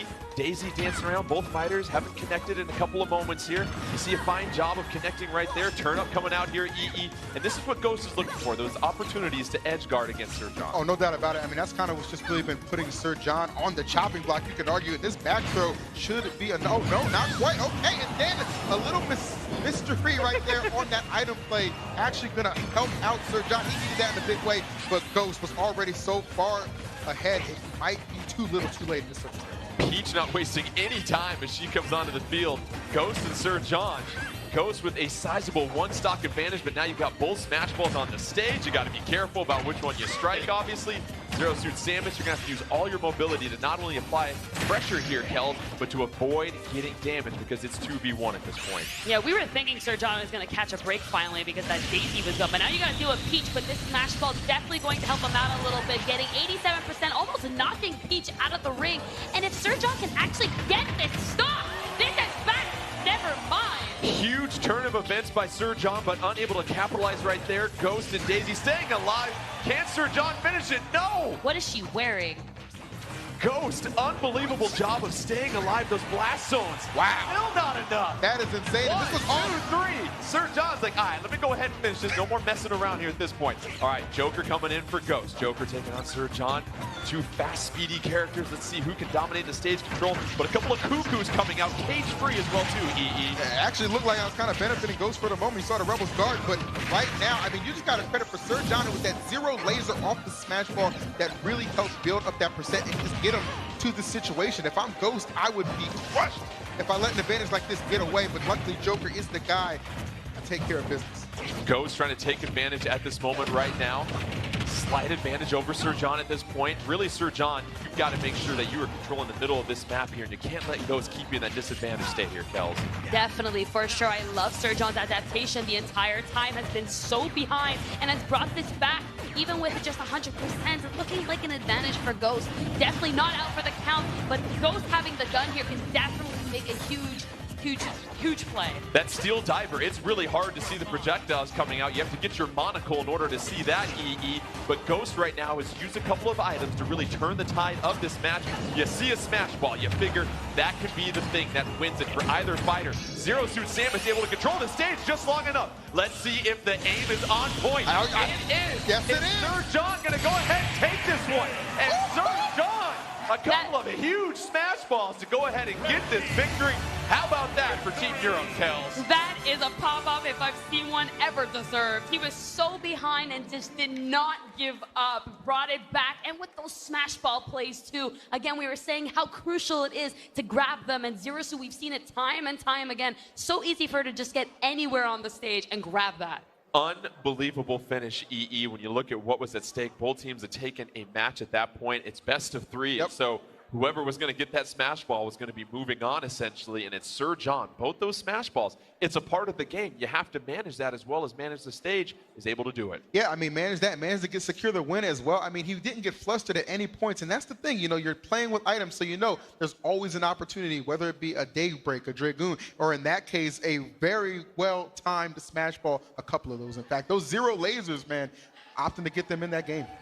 Well, once again, Kels, maybe it's a theme that's developing, but we saw Ghost go with both Princesses and Joker, and this is the 3rd straight match where somebody that has stayed with the same playstyle as far as similar characters has not been victorious. So do you think these other teams are thinking, maybe I need to switch things up and throw a couple of monkey wrenches at the other team? Definitely, for sure. Of course, if you are comfortable with Peach, Daisy, or any of those characters that are the same, that's your best characters. You're going to want to throw that out, and we saw how comfortable he was at actually using those characters. But once we saw the Joker out, that's where we saw the difference, for sure. So Sir John was able to adapt while Daisy came out, while Peach came out. So learning more and more, and even start to play more with those items that helped them out.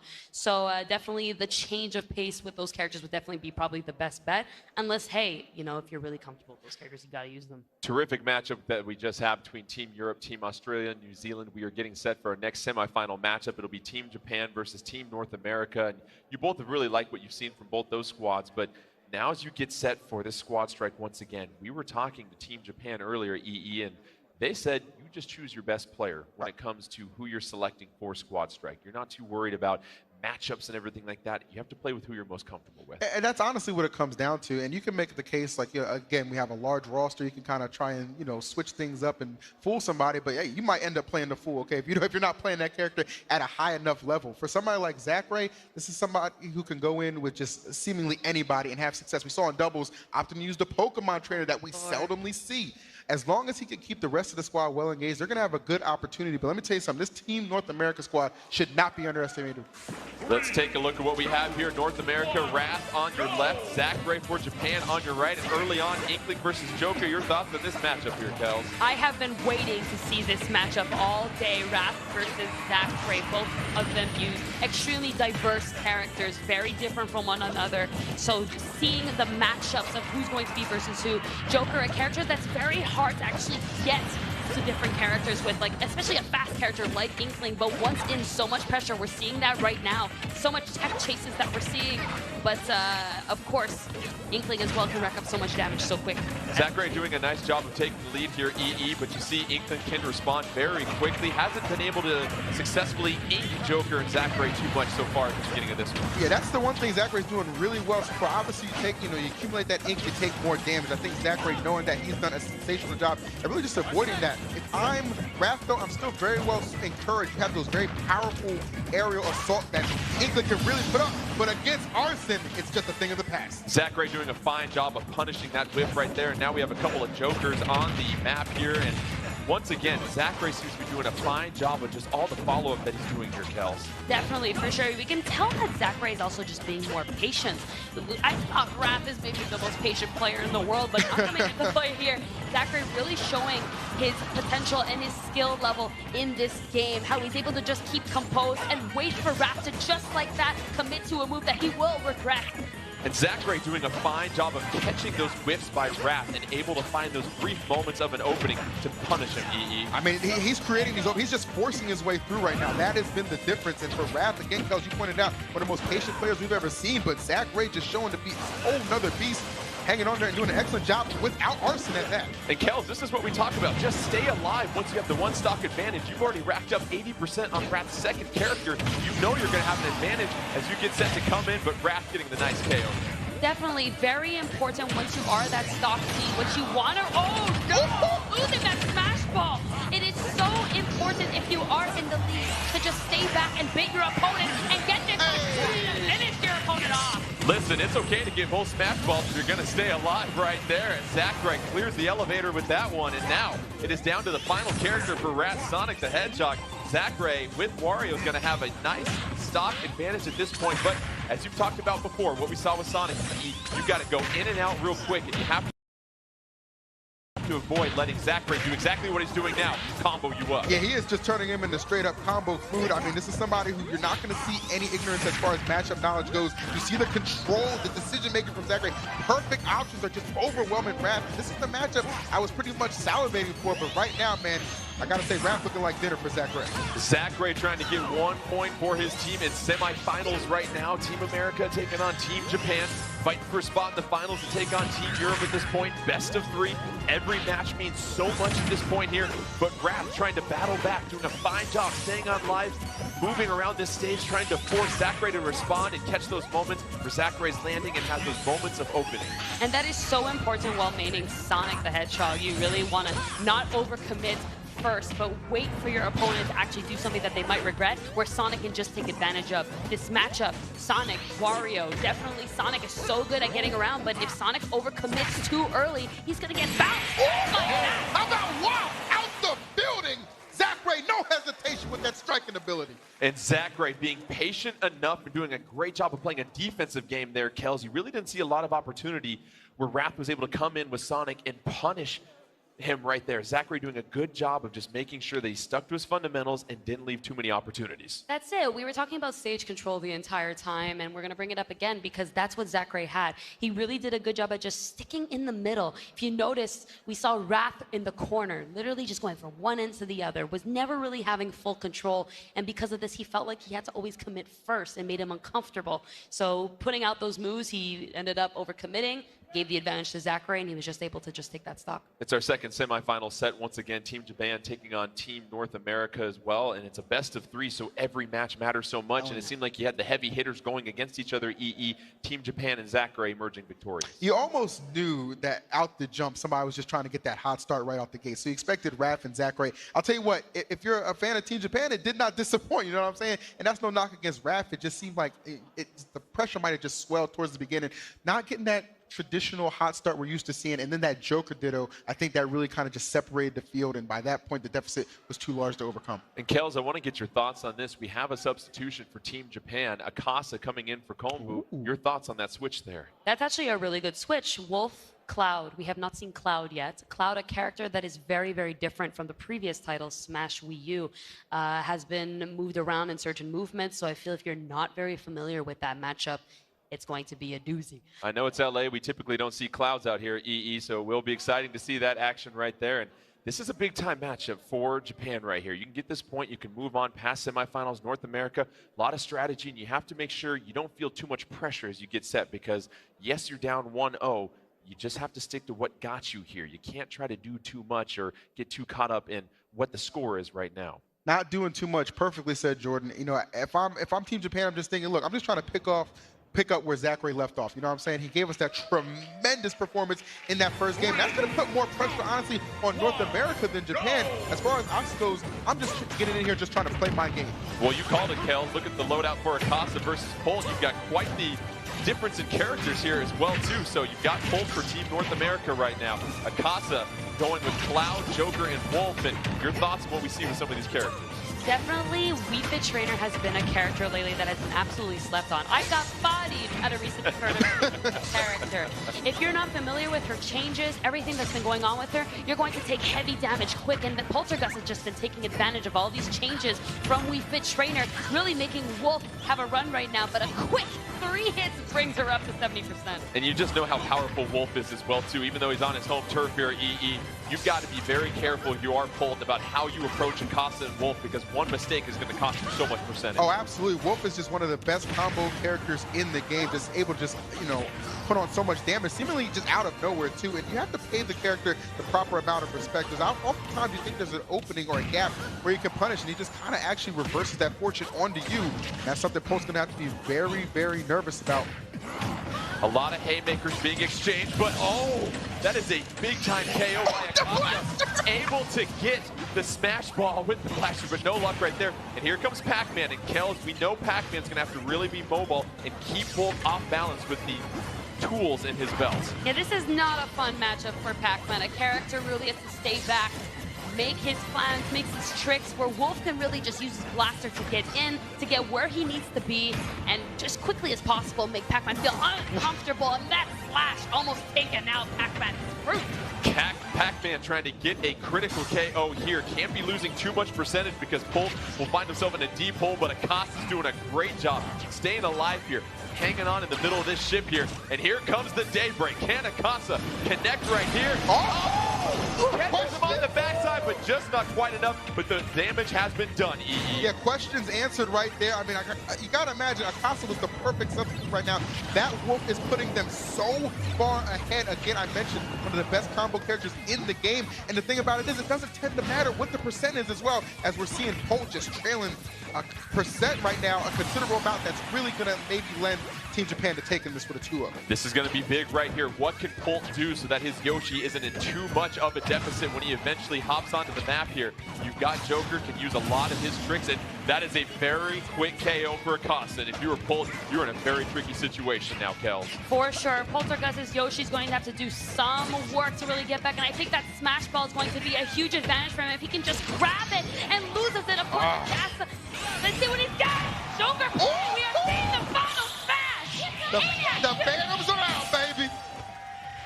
Whole squad on deck.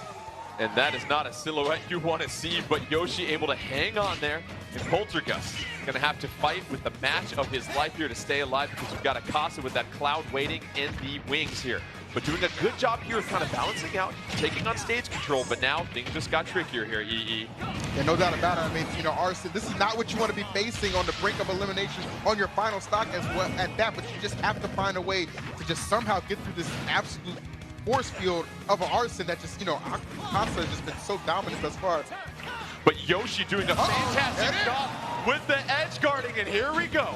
Cloud, we know Kel's not the greatest recovery, so it's all about stage control for this point for Poltergust, but Cloud, he's the one keeping Yoshi off the stage at this point. Definitely, this is not over. Yoshi having great range of his own now against Cloud. So it's really just about who is going to really outplay who here in terms of patience and punishing. But we do have an item in play which can make the difference. As you were saying, though, Cloud can lose his stock so quickly, but can also take stocks quickly, especially as that limit is about to charge up. Limit almost ready for Cloud. Got it ready to go. Yoshi trying to get back on stage. Might use that ledge to help out a little bit. Cloud, we know the special attacks are so powerful here. Oh, Yoshi missing a chance to punish the landing here. Here comes another crate onto the map. What goodies will come here? Yoshi with the back shield. A little bit more defense will certainly help.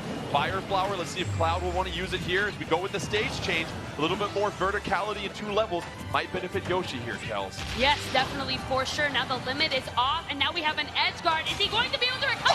How about Yoshi able to climb back into this one? You see Poltergust, the disbelief right there, the sigh of relief. And how about the stage changing and how much that benefited Poltergust at the end, because you had a little bit less width on that stage, which made it that much more difficult for Cloud to recover. For sure, Lilat's a very scary stage when it comes to those characters who don't necessarily snap onto the edge, and Lilat is one of those stages. So Cloud being able, having to be so precise of where he's going to be and when, and at that moment, he was just a bit too deep and couldn't make it back onto that ledge.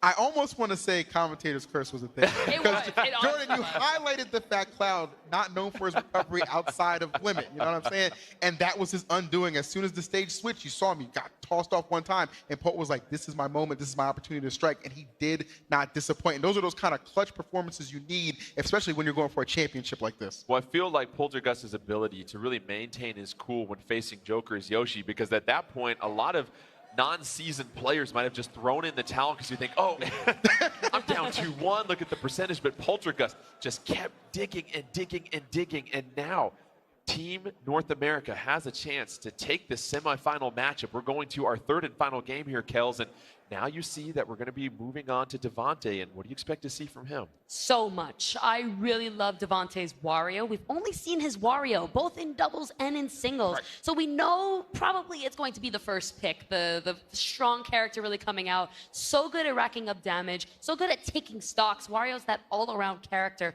that's so good to clean. He's also got his Mario, though. Mario looks the same as Wario, just a bit thinner and quite a bit more combos. So, and the Rosalina is in the pack, and yes, that is the lineup that we are seeing. And I do want to say real quickly with Devontae, I was talking with him, and he says he feels a strong emotional connection to Wario. That's why he's named Wario. Really has a lot in common, he feels like, with the character. So it's more than just technique. It goes to the heart here with Devontae. Let's see if heart is enough to carry him in this third and final match here. But right now, Rosalina, a character many players he talked about, very good with items and her ability to attract them, doing a great job for Devontae, maintaining control of the stage in the middle and a sizable lead early on. No doubt about it. You can even argue, too, as far as how that gravitational pull might be effective as well. We see off the grass the metal box coming out, and that's going to be tremendous right there for Rosalina, able to accumulate and put on a ton of damage while getting herself not within that kind of that KO range, but already only at 14%. Not something she really needs to worry about now. Kels, what are you seeing from Rosalina earlier on? Because it seems like rather than being much more defensive, Rosalina's been the aggressor in this one.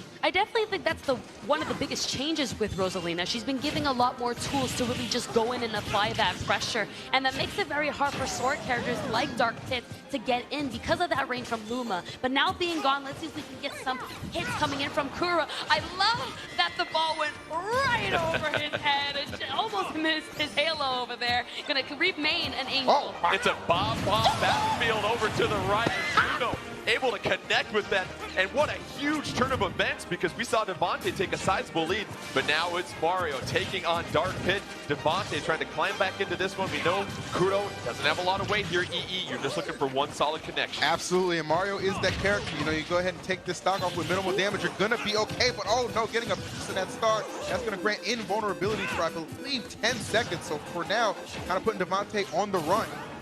Devontae and Mario got to be tripping. I ain't never been on this side of the star before here. And so Kuro, how about the way that he's been able to swing this match here, Kels, ever since using that Bob-on against Rosalina, and has really dominated this matchup against Devontae's Mario. For sure, Mario, a character who just can't stay on stage against Pit. And we saw that right there, and it's going to be the same thing when it comes to Wario. Any sword character so good at really keeping him out, but he's going to get that out just before he can find himself in that situation once again. Devontae has a chance to have an even deeper connection with Wario if they can pull off this comeback. This is it, but we know that Fox is a bit of a glass cannon here at EE, so here's an opportunity for Devontae. If he wants to get back into this game quickly, he's going to have to be very precise. No doubt about it. You're just going to kind of, at this point, just kind of overwhelm Kuro. That's going to be your best bet right now, but I mean, you get a lead like this, and you mentioned that emotional connection that Devontae, you know, shares with Wario, man. I don't know, man. Might be making those funeral arrangements together at this point, because this is not looking too good. Kuro is keeping his distance, keeping his space, and really just fading a lot of these attempts from Devontae. Devontae dancing around with his Wario's done a good job of not taking up too much damage, but you see just how quickly Kuro can go in there with his Fox and wrap up those combos. But Devontae, nice grab right there, gonna swallow the bike for some extra vitamin and some iron right there. Now you've got a blast box on here, Kels, and really it's about Devontae having to be somewhat defensive because you know you're down 2-1 in the stocks. For sure, it's not only remaining defensive, but also how am I gonna maintain this control? You gotta get on stage, you can't be on the edge like this, and as I'm saying that, he gets himself back in, but Kuro just having such a great job at really forcing Devontae to be on the edge. Kuro doing a great job of keeping Devontae in that disadvantaged state, as you mentioned, and Devontae having a tough time sort of regaining control in the neutral here. And that might do it. It's Kuro and Team Japan get the 2-1 victory over North America. They advance to the finals to take on Team Europe, and it was really the dark pit that we saw early on, and the turn of this match was when the bombs fell down. Rosalina came out hot, but it was really Dark Pit's ability to stay alive that really turned this one around for Kuro. Definitely, for sure. I think that Dark Pit's advantage against Mario, against Wario, even though he was there for about 2 seconds, but that matchup really decided the set. I think just the character selections really made it for them. Dark Pit's so good at keeping characters like Mario out, who have a hard time at getting in, who need to force themselves to get that grab or get that hit in, and he just couldn't find that opportunity. Let's take a look at the updated bracket now that we've concluded semifinals action here. We have 2 teams set for the finals. Team Europe versus Team Japan. We've had a fantastic crowd all afternoon. They're ready for our grand finals here. It is best of 5, so we've seen Team Europe really breeze through most of this competition here for the most part. Team Japan, meanwhile, after stumbling a little bit at the beginning, they've really regained their composure. What are you most excited for when you take a look at both of these teams as they get set for the finals here, Kels? I love that Japan has adapted so well. You know, we were talking about how in the beginning they kind of maybe slacked a little bit or just kind of maybe made the wrong decision. Sure. Who to send out when, and now they're able to really pull themselves together, learn who has which character, and we're able to just kind of claim that matchup and really put out the right decisions in time. And EE, we figure we might see a Light versus Zachary coming up here soon, 2 of the heaviest hitters in this tournament, but it seems like if you have the best individual player, clearly that's going to be a huge advantage because that's one match that you can have in your favor already. No doubt about it. And I'll tell you what, neither one of those teams are going to be scared to test who is that player. So if you see that Light Zachary match, that's something I'm personally going to be excited for to see that one kind of develops. But overall, man, you switch things to best of 5. It's such a long road. You got to kind of plan where you want to piece together and put your best out. Maybe that's not necessarily going to be at the start this time. And it's interesting because that's a very good point you bring up. If you have the feeling that they have a very strong individual player, then you might not necessarily want to put your player up against their best one. You feel like, listen, we probably can't beat Zachary, so maybe we save our 2 strongest fighters for their 2 of their weaker fighters. And looks like we aren't going to see a Zachary and Light battle at this point. Well, I can't say I'm too surprised about that. As I said, you know, it would have been. It's one of those things that maybe we're kind of, you know, salivating for, but it's not necessarily the best for the team. Again, it's a marathon, not a sprint. Best of 5. You got to plan this out accordingly. And I think that's what we're going to see. We are here at the grand finals. I'm excited, guys. I don't know about you, but I'm excited. This is it. This is what we've been waiting for. Zachary taking on Sir John, our first matchup of the grand finals here, and Zachary coming in with Joker and Palutena. So you take a look at both these fighters, and this is an interesting matchup that we have here, Kels. One's a grappler that's going to be pretty mobile in Sir John's Palutena's, and Joker that we know is all about applying that constant pressure. It really is a very strange matchup where we're seeing both characters really like to kind of maintain pressure, but at the same time not overcommitting first. So it's really about who's going to commit first and make that mistake so that the other one can take advantage over. And we're seeing Zachary that had the hard start, but that mini mushroom is going to change things up and give the big advantage to Zachary. Sir John off the ledge right now. Zachary trying to make sure that he does some ledge trapping. No luck right there, but Sir John just can't quite get back into land and get comfortable here.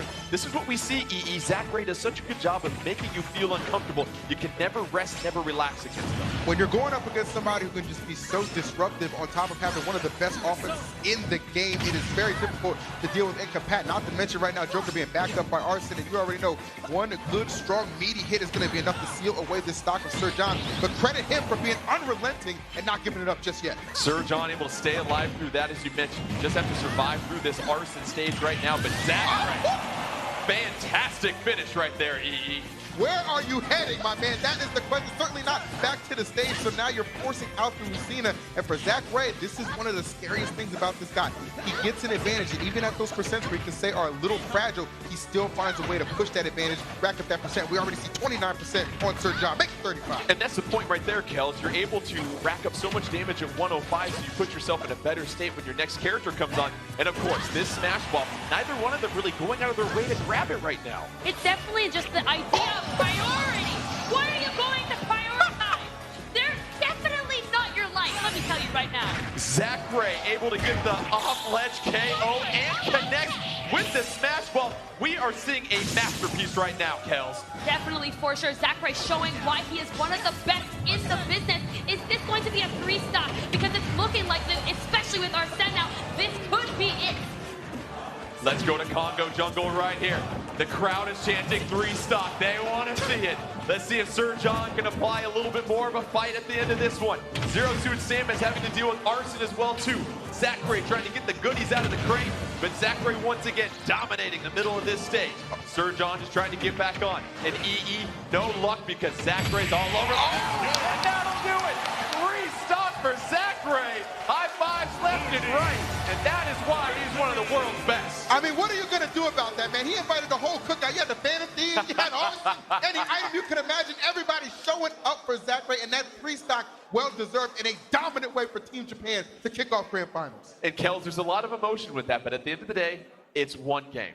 And it's a best of 5 here for the most part. And what's interesting is if I'm Team Europe, you didn't send Light out against Zachary. You sent Sir John, and you know that Light is typically your heavy hitter, so a bit of gamemanship right there by Team Europe. For sure. Maybe they're just trying to see what is Zachary actually able to do, you know, with Joker especially. We haven't seen so much of his Joker. Sure. We've seen the Pokemon trainer in doubles, and we've never seen a Pokemon trainer before that. We've seen his Wario and Wolf, and now we just saw the Joker. So I feel like definitely we're seeing some adaptation coming in of who to send. Europe really wants to be careful of who to save who for which character and for which matchup for sure. Japan taking the first game in this grand finals here, and so now it's 1-0, best of 7, as we said here before. And you take a look at how Team Europe's going to really recalibrate here at EE. You still have Light with the matchup here pretty soon, but what we're seeing from Japan is they're getting stronger and stronger with each round.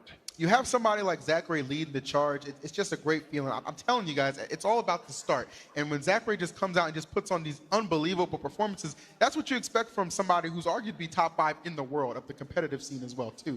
So you come to an environment like this, obviously a few little wrinkles in the game plan. You can argue with the items and stuff like that, but it's all about how the squad in general can connect. And for Zachary, I mean, he's just telling his guys, like, look, if I can do it, why can't you? Well, it's interesting. We continued to chat with the players all week long, and what they like about items is that it really makes it viable for any character. We've seen such a plethora of characters, and one of the quotes that stood out to me is Sir John was even saying, listen, in the previous Super Smash Bros. Iteration, you really had to prepare for about 20 or 25 characters in the competitive scene. In this one, you have to prepare for about 50 because there's such wonderful character balance. Definitely, for sure. I was actually talking about this with my brother the other day, that any character is viable. Literally, I never even look at that tier list. I don't know who's good, who isn't. I don't know. I honestly believe any character, if you put the time and work into it, it might take a little bit longer for other characters to show up, but they're going to show up, and they're going to show up big. A lot of strategy and discussion amongst these teams as they get set for the next match here. And if you're Team Europe, to that point you made EE about a good start. It's one thing when you're going into a match and it's 0-0, but when your team's down 0-1, it puts just a little bit extra pressure on you on this stage. And let's get set for our next squad strike here at EE, Akasa versus Light.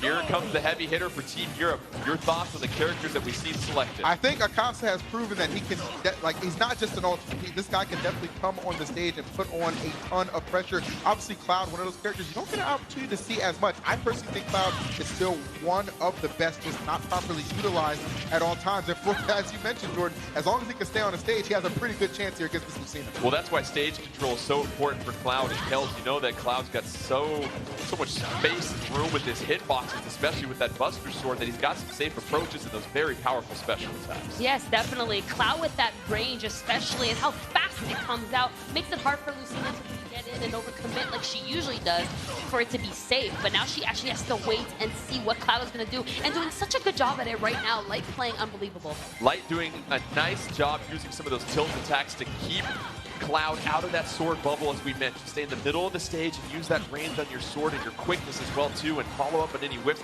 But Cloud has a chance for the smash ball, and as we know, this can turn things around. Light, however, trying to apply some pressure. Oh, that is a big air ball by Akasa. However, Akasa's still with the advantage, and we know that Cloud can get a KO. It doesn't take much. All you got to do is just connect here at EE. Well, that Omni Slash would have been tremendous if he was able to connect it, but no, just able to kind of snip off the bangs a little bit, not getting the full body, which you'd like to see. But you're seeing Oxa still with the pressure applied, and that is a clean forward tilt to secure that first stop. And interestingly enough, Akasa not charging the limit the full way until Palutena comes in. That super spicy curry is going to do a great job of disrupting any possible combos here. Cloud able to connect with a couple of hits on that limit, but not enough. But using those special attacks paired with that super spicy curry, Kels. Definitely looking like Smash Brothers here. You don't know what's happening, but smashes are going left and right when it comes to that curry. I feel like anything can happen in that mashup. But Akasa heating up quite quickly, getting that stage control. Luckily for Light, though, is able to reflect that bomb just in time before losing another life. And this is big if you're Light. You got to hang in here with Palutena and trying to take out Cloud, but no!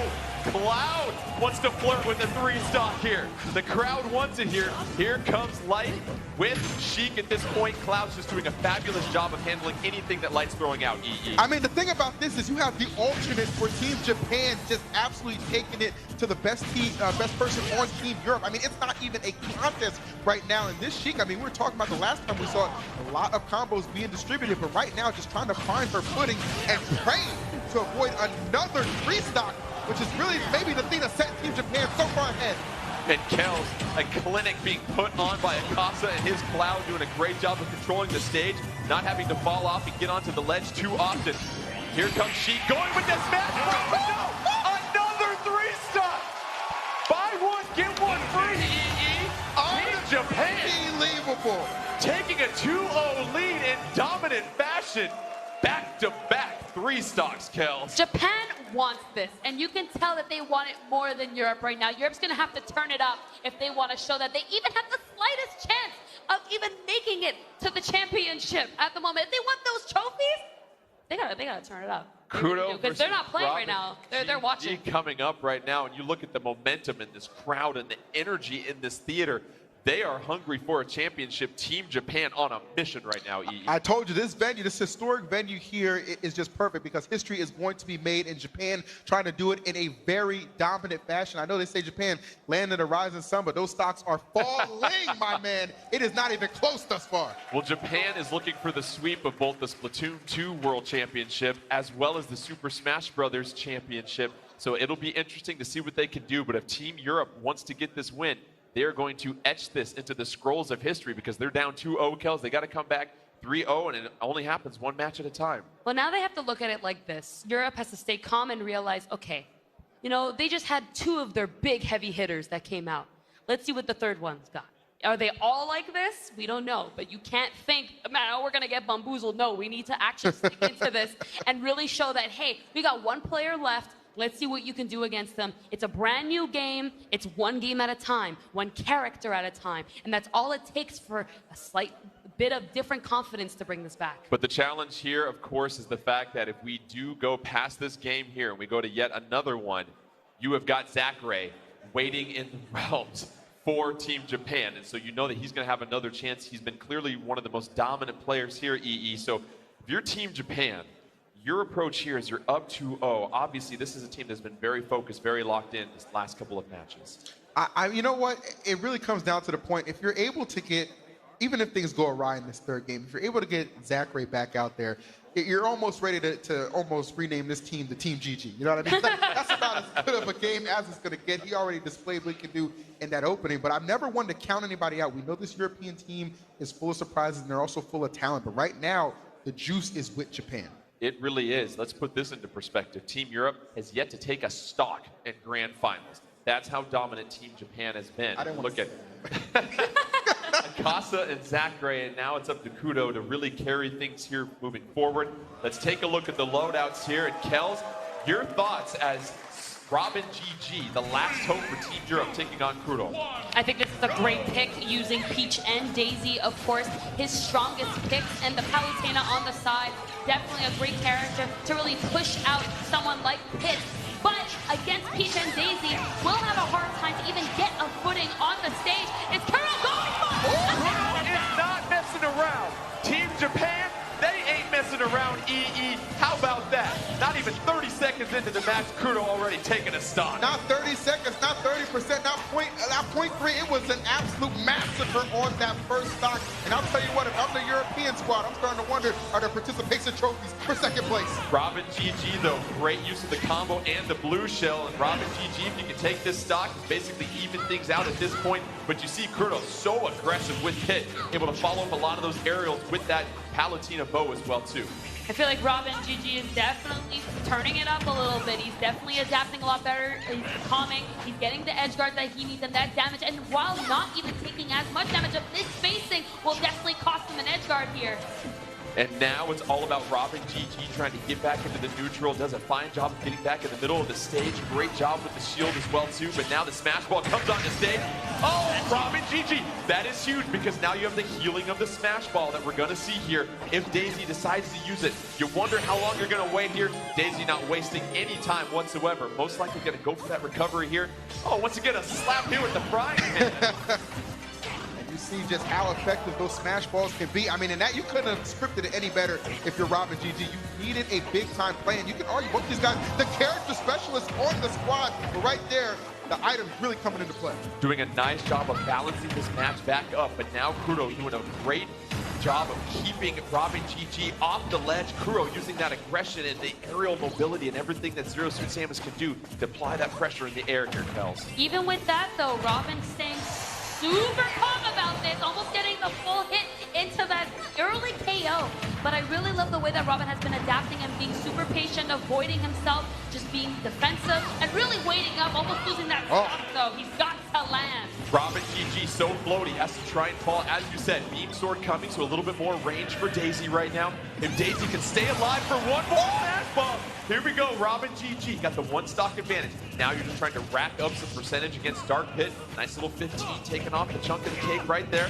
Oh, able to catch on the whip right here. Robin GG applying some nice air combos here.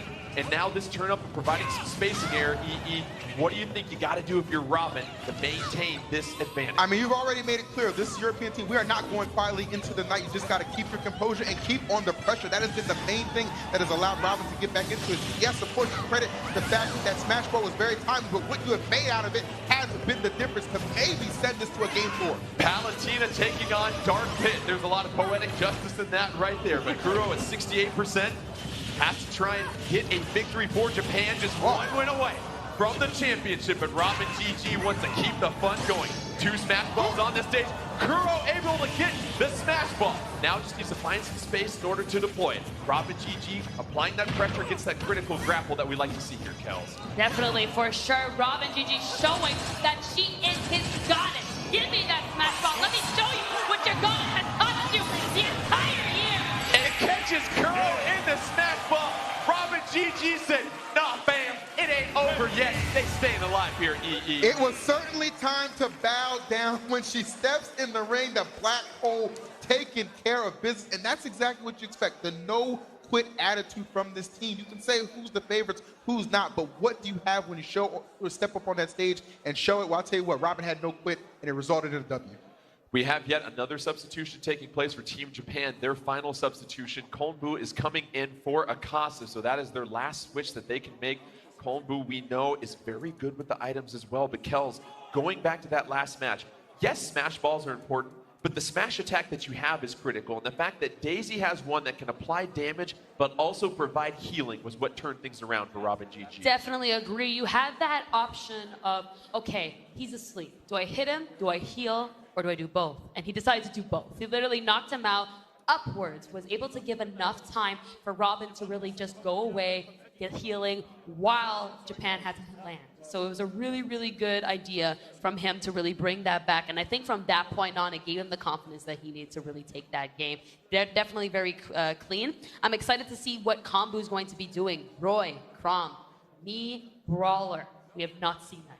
Well, now the decision as far as who's going to fight is a huge one here, EE, because do you go with your heavy hitter right now to try to extend things, or do you try to save your heavy hitter for last, knowing that if this comes down to a decisive game 5, we have our cleanup batter in the lineup in the plate?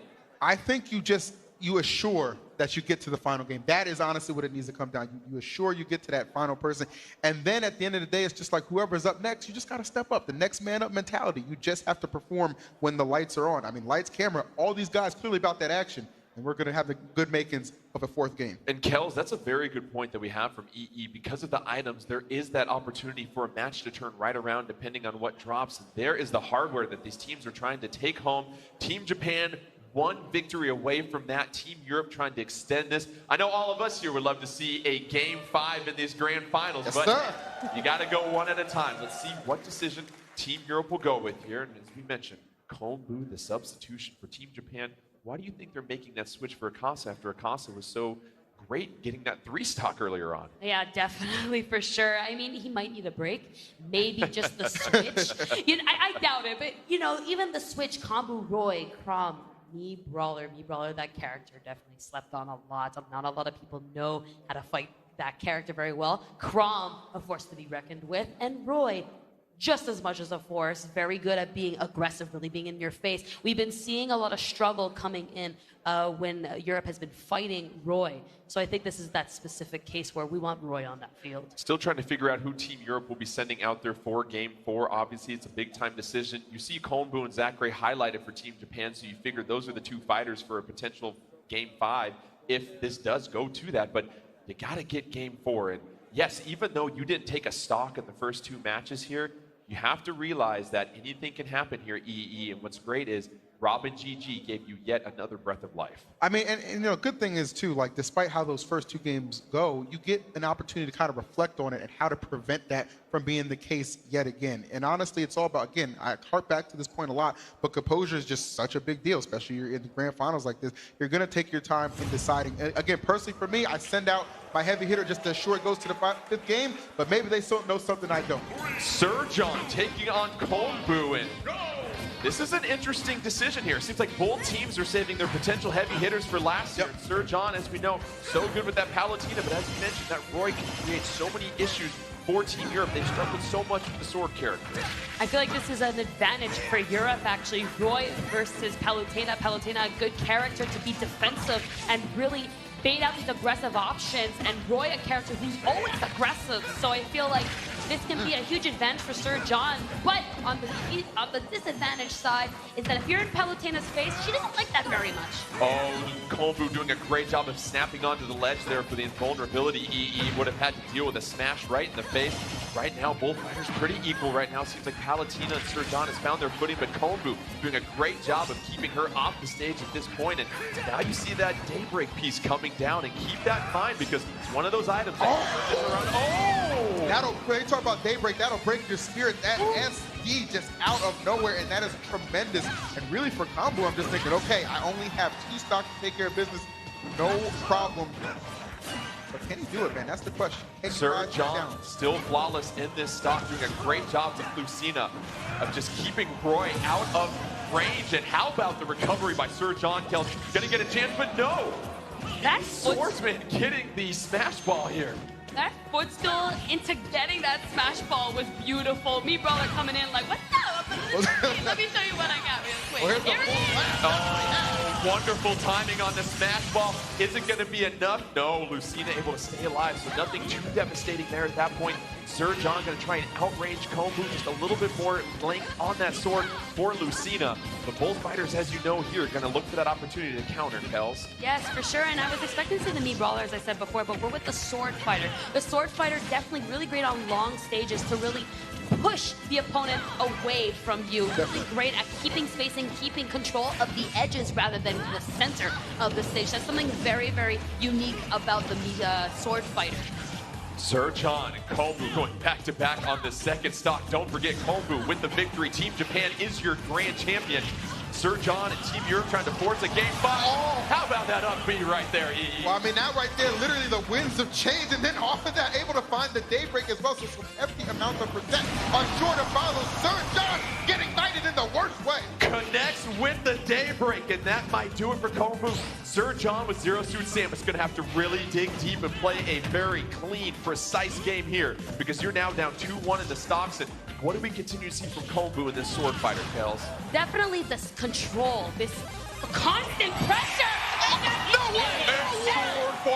for Japan wins it, and Team Japan, your grand champions of the Super Smash Bros. Ultimate World Championship 2019 3v3. Winning mega style. I don't know what finished first, that last stop or your sentence, Jordan. I mean, if you blink, you might have missed it. But Team Japan came in with all the confidence, all the hype, and they certainly delivered on the big stage. Lots of credit, though, to Team Europe and their way to battle back. Obviously, just a few plays here and there, but that smash ball always turning the tide of a match. And then that daybreak, Kels, that Japan was able to snag there at the end, that really seemed to seal the deal.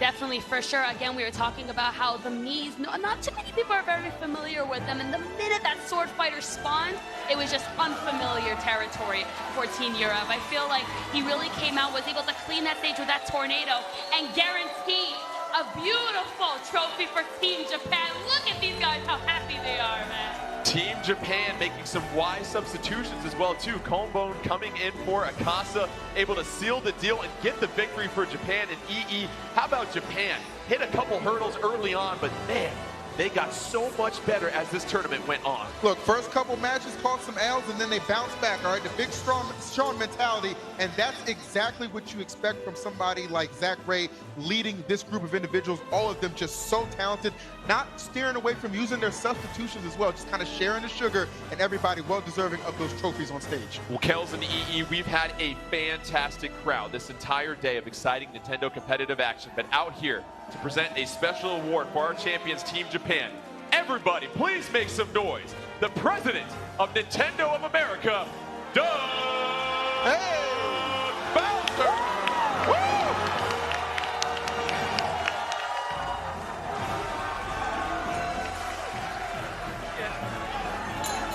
Congratulations. Congratulations. Congratulations. Congratulations. How's everybody doing?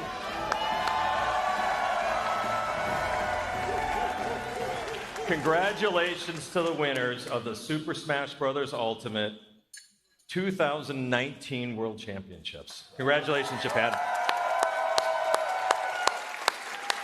I'd also like to take a minute to congratulate all 4 teams that were up here on stage with us. The winners of the North American Super Smash Bros. Ultimate Open, the European Smash Ball Team Cup, the Australian Open, and the Super Smash Bros. Japan Championships. And many thanks. Yeah, please, give it up for those guys.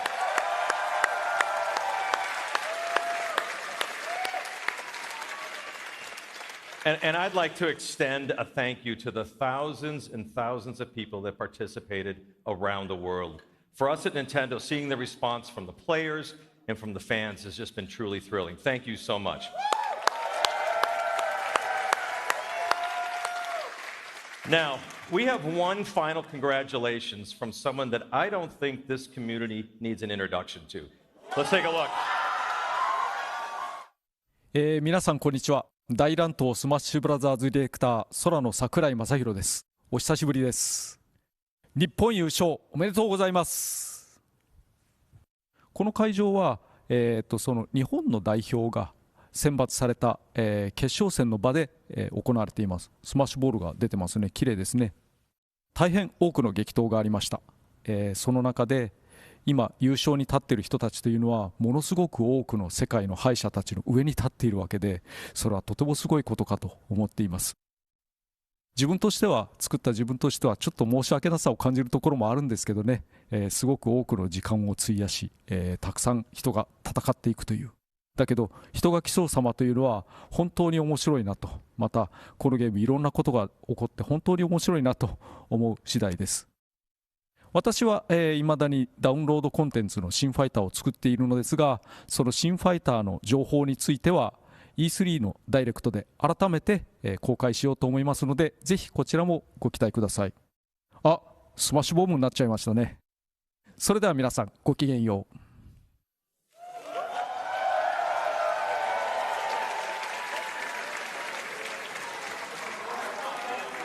I think many of you are going to want to tune in next week to see what or who he may be talking about. I've got one more thing. For so many of you in North America, you've been enjoying the competition and the participation and the viewing. For you, the competition will continue. I'm happy to announce the Super Smash Bros. Open, or Online Open, starting in June 2019.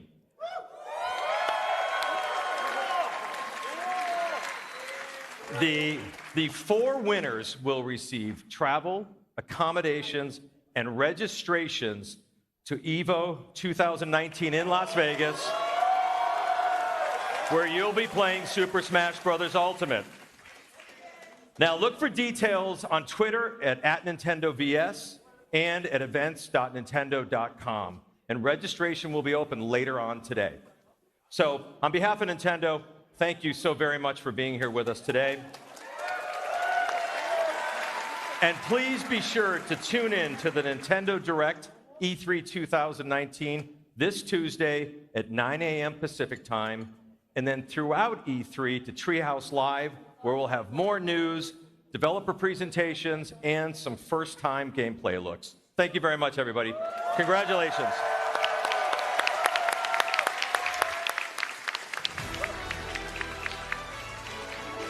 Give it up one more time for President of Nintendo of America, Doug Bowser. Well, that will conclude a very exciting day of Nintendo competitive action. We had the Super Mario Maker 2 Invitational 2019, the Splatoon 2 World Championship 2019, Team Japan winning that one. Then, of course, the Super Smash Bros. Ultimate World Championship 2019 3v3, where Team Japan completed the sweep for today. Big thank you to all of our wonderful casters, Kels, EE, Vish, Milana, Ashley, Nine, and of course, big thank you to our wonderful crew for all of their hard work behind the scenes to help put on an absolutely first-class broadcast. But last but not least, you, the fans. Thank you, all of you, for tuning in. Your love, your support, you make this what it is. So we appreciate all of you being here and watching. And until next time, from all of us here, enjoy the games, enjoy the competition, and most importantly, enjoy the fun.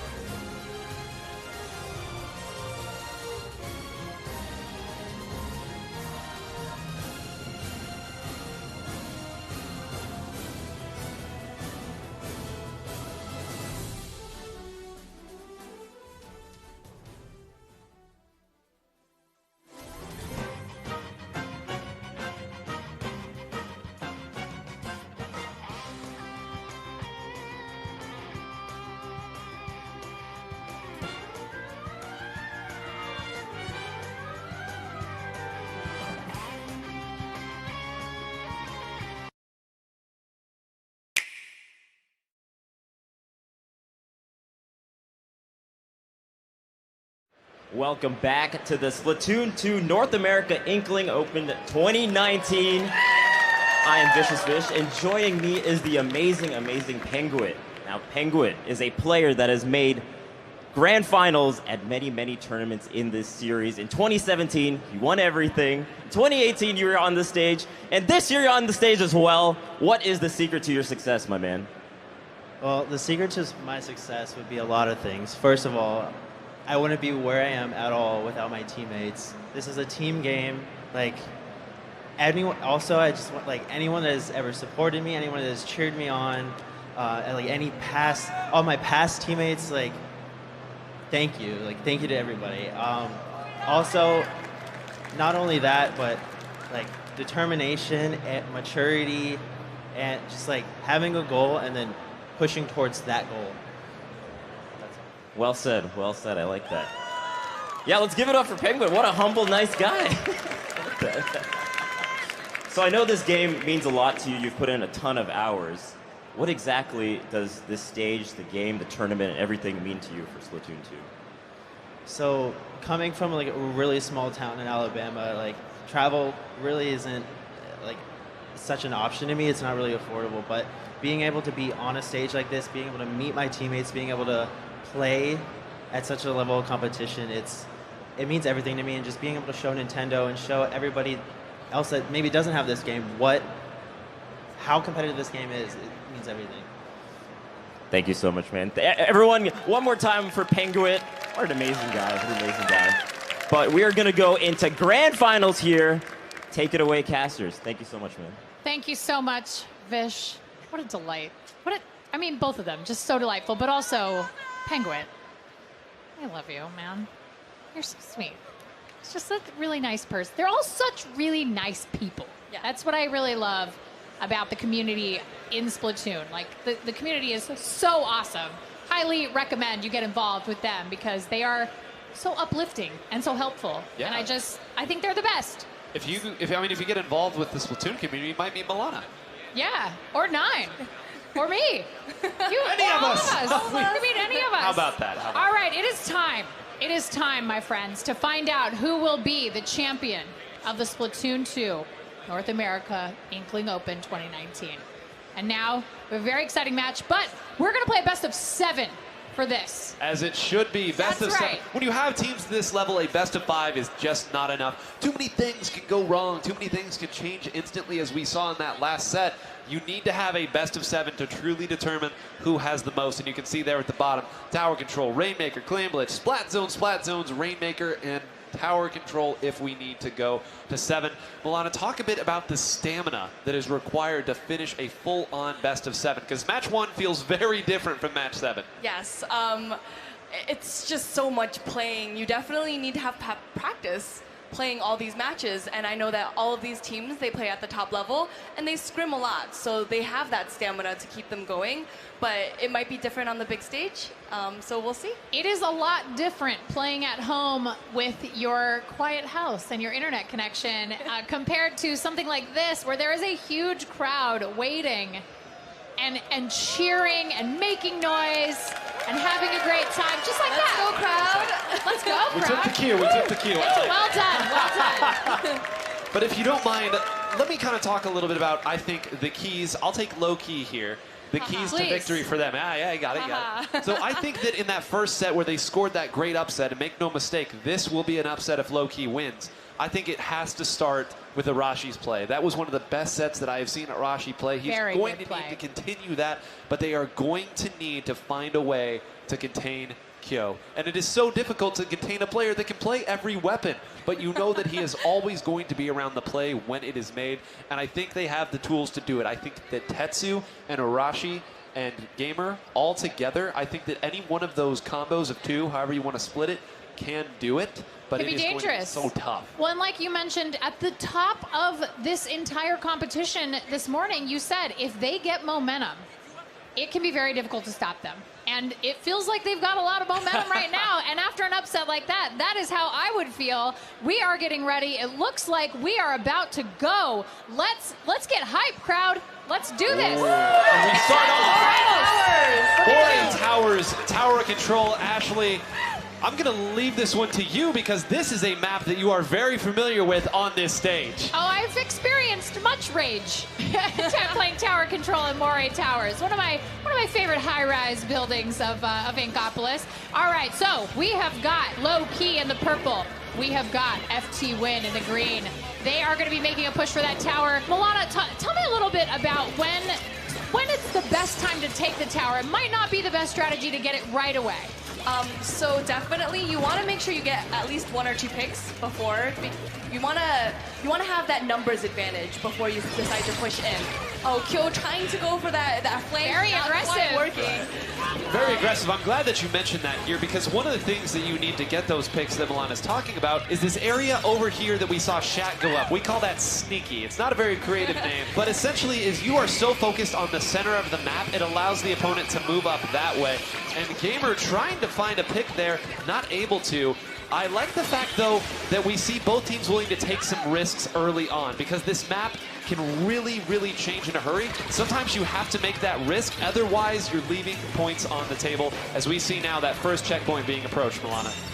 Definitely, and I think what's something else worth mentioning about this map in particular is that there's only 2 checkpoints. So this map and mode might feel like it goes by in a breeze. Really quickly, and without that 3rd checkpoint, it takes away an extra opportunity for an opposing team to take you out, take the tower back, and return the lead to themselves. And to further compound on that, it is very difficult to get back into the action. Look at how far up Gamer is standing right here, and it goes up 1 layer higher if you can believe that, meaning on top of everything else that we've said, it all adds up to one very quick tower control map. Both of these teams want to keep that number in the 80s for as long as they can, because it can go from 60 to 0 in a hurry. Great turnaround shots there by Shaq. This is good. You see now 3 down. This is going to be a big push. This is going to be where Loki has to dig in and find a defense, Ashley. Man, FT Win's got 2 specials compared to Low Key, which really isn't even close to any specials right now. We might see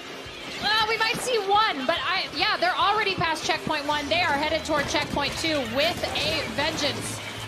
I'm not. They're pushing it. Are they gonna make it to the 2nd checkpoint? That's incredible rotational attack. You saw as soon as Shaq jumped off, a baller was there to replace him. That's what we call rotational aggression there.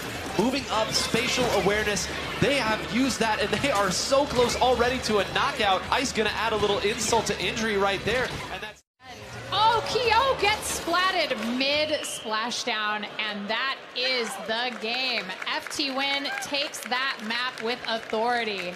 Tower control and Moray Towers can be extremely intense, and I think we just saw that. Well, you saw that it was really the 1 3-down situation that opened that entire thing up. From there, the good teams are going to be able to rotate their aggression, not sit in one spot, and always be active. I think that's the thing that you have to know. Even when you're in a very powerful position, you need to continue to paint. You said earlier, Ashley, these players build up their specials better than anyone. That's because they don't sit back and wait. Every once in a while, there is a time for that flank. There is a time for that shark, as we like to say, hiding in the ink, waiting to pounce out. Yep. But there's a time and place. It is not the rule. It is the exception. And I'm hoping we get a little fight back this time.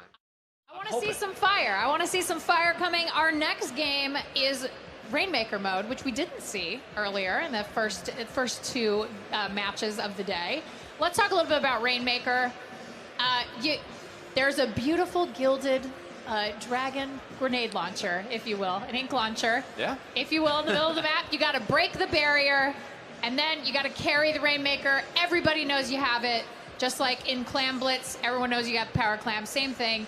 Everyone can see who you are, where you're going, and you got to protect your teammate until you can make it to the other team's goal. And there's a little bit of nuance, too, because the Rainmaker does have a barrier of sorts, a shield, however you want to call it. You have to pop that first before you can even pick up the Rainmaker. It puts out a lot of ink very, very quickly, and it can take out people who are unsuspecting and standing too close to it. But it creates this interesting battle of positioning the Rainmaker and understanding that even if we get taken down, if we put the Rainmaker in a position where we can follow up, pop it again really quick, a special or two, we can really continue to make our pushes even if the first one didn't get that knockout. Definitely, and it's also, just to piggyback off of that, it's worth mentioning that the Rainmaker is the most powerful weapon in the game. If you are good at timing your shots, if you're good at deciding, oh, am I going to charge this fully, am I going to charge this just a little bit, you can be an immense nuisance. Yes, that's a great way to, that's a very nice way to phrase what we usually say. It can cause a lot of trouble. An immense nuisance can a good Rainmaker be. Well, I want to talk a little bit about the factor for me for Rainmaker that I find so interesting, especially at this level of play, is the reset factor. So a lot of times you're going to see teams have a specific strategy when they want to get the Rainmaker out of enemy territory very quickly, and that is... let it reset. Swim.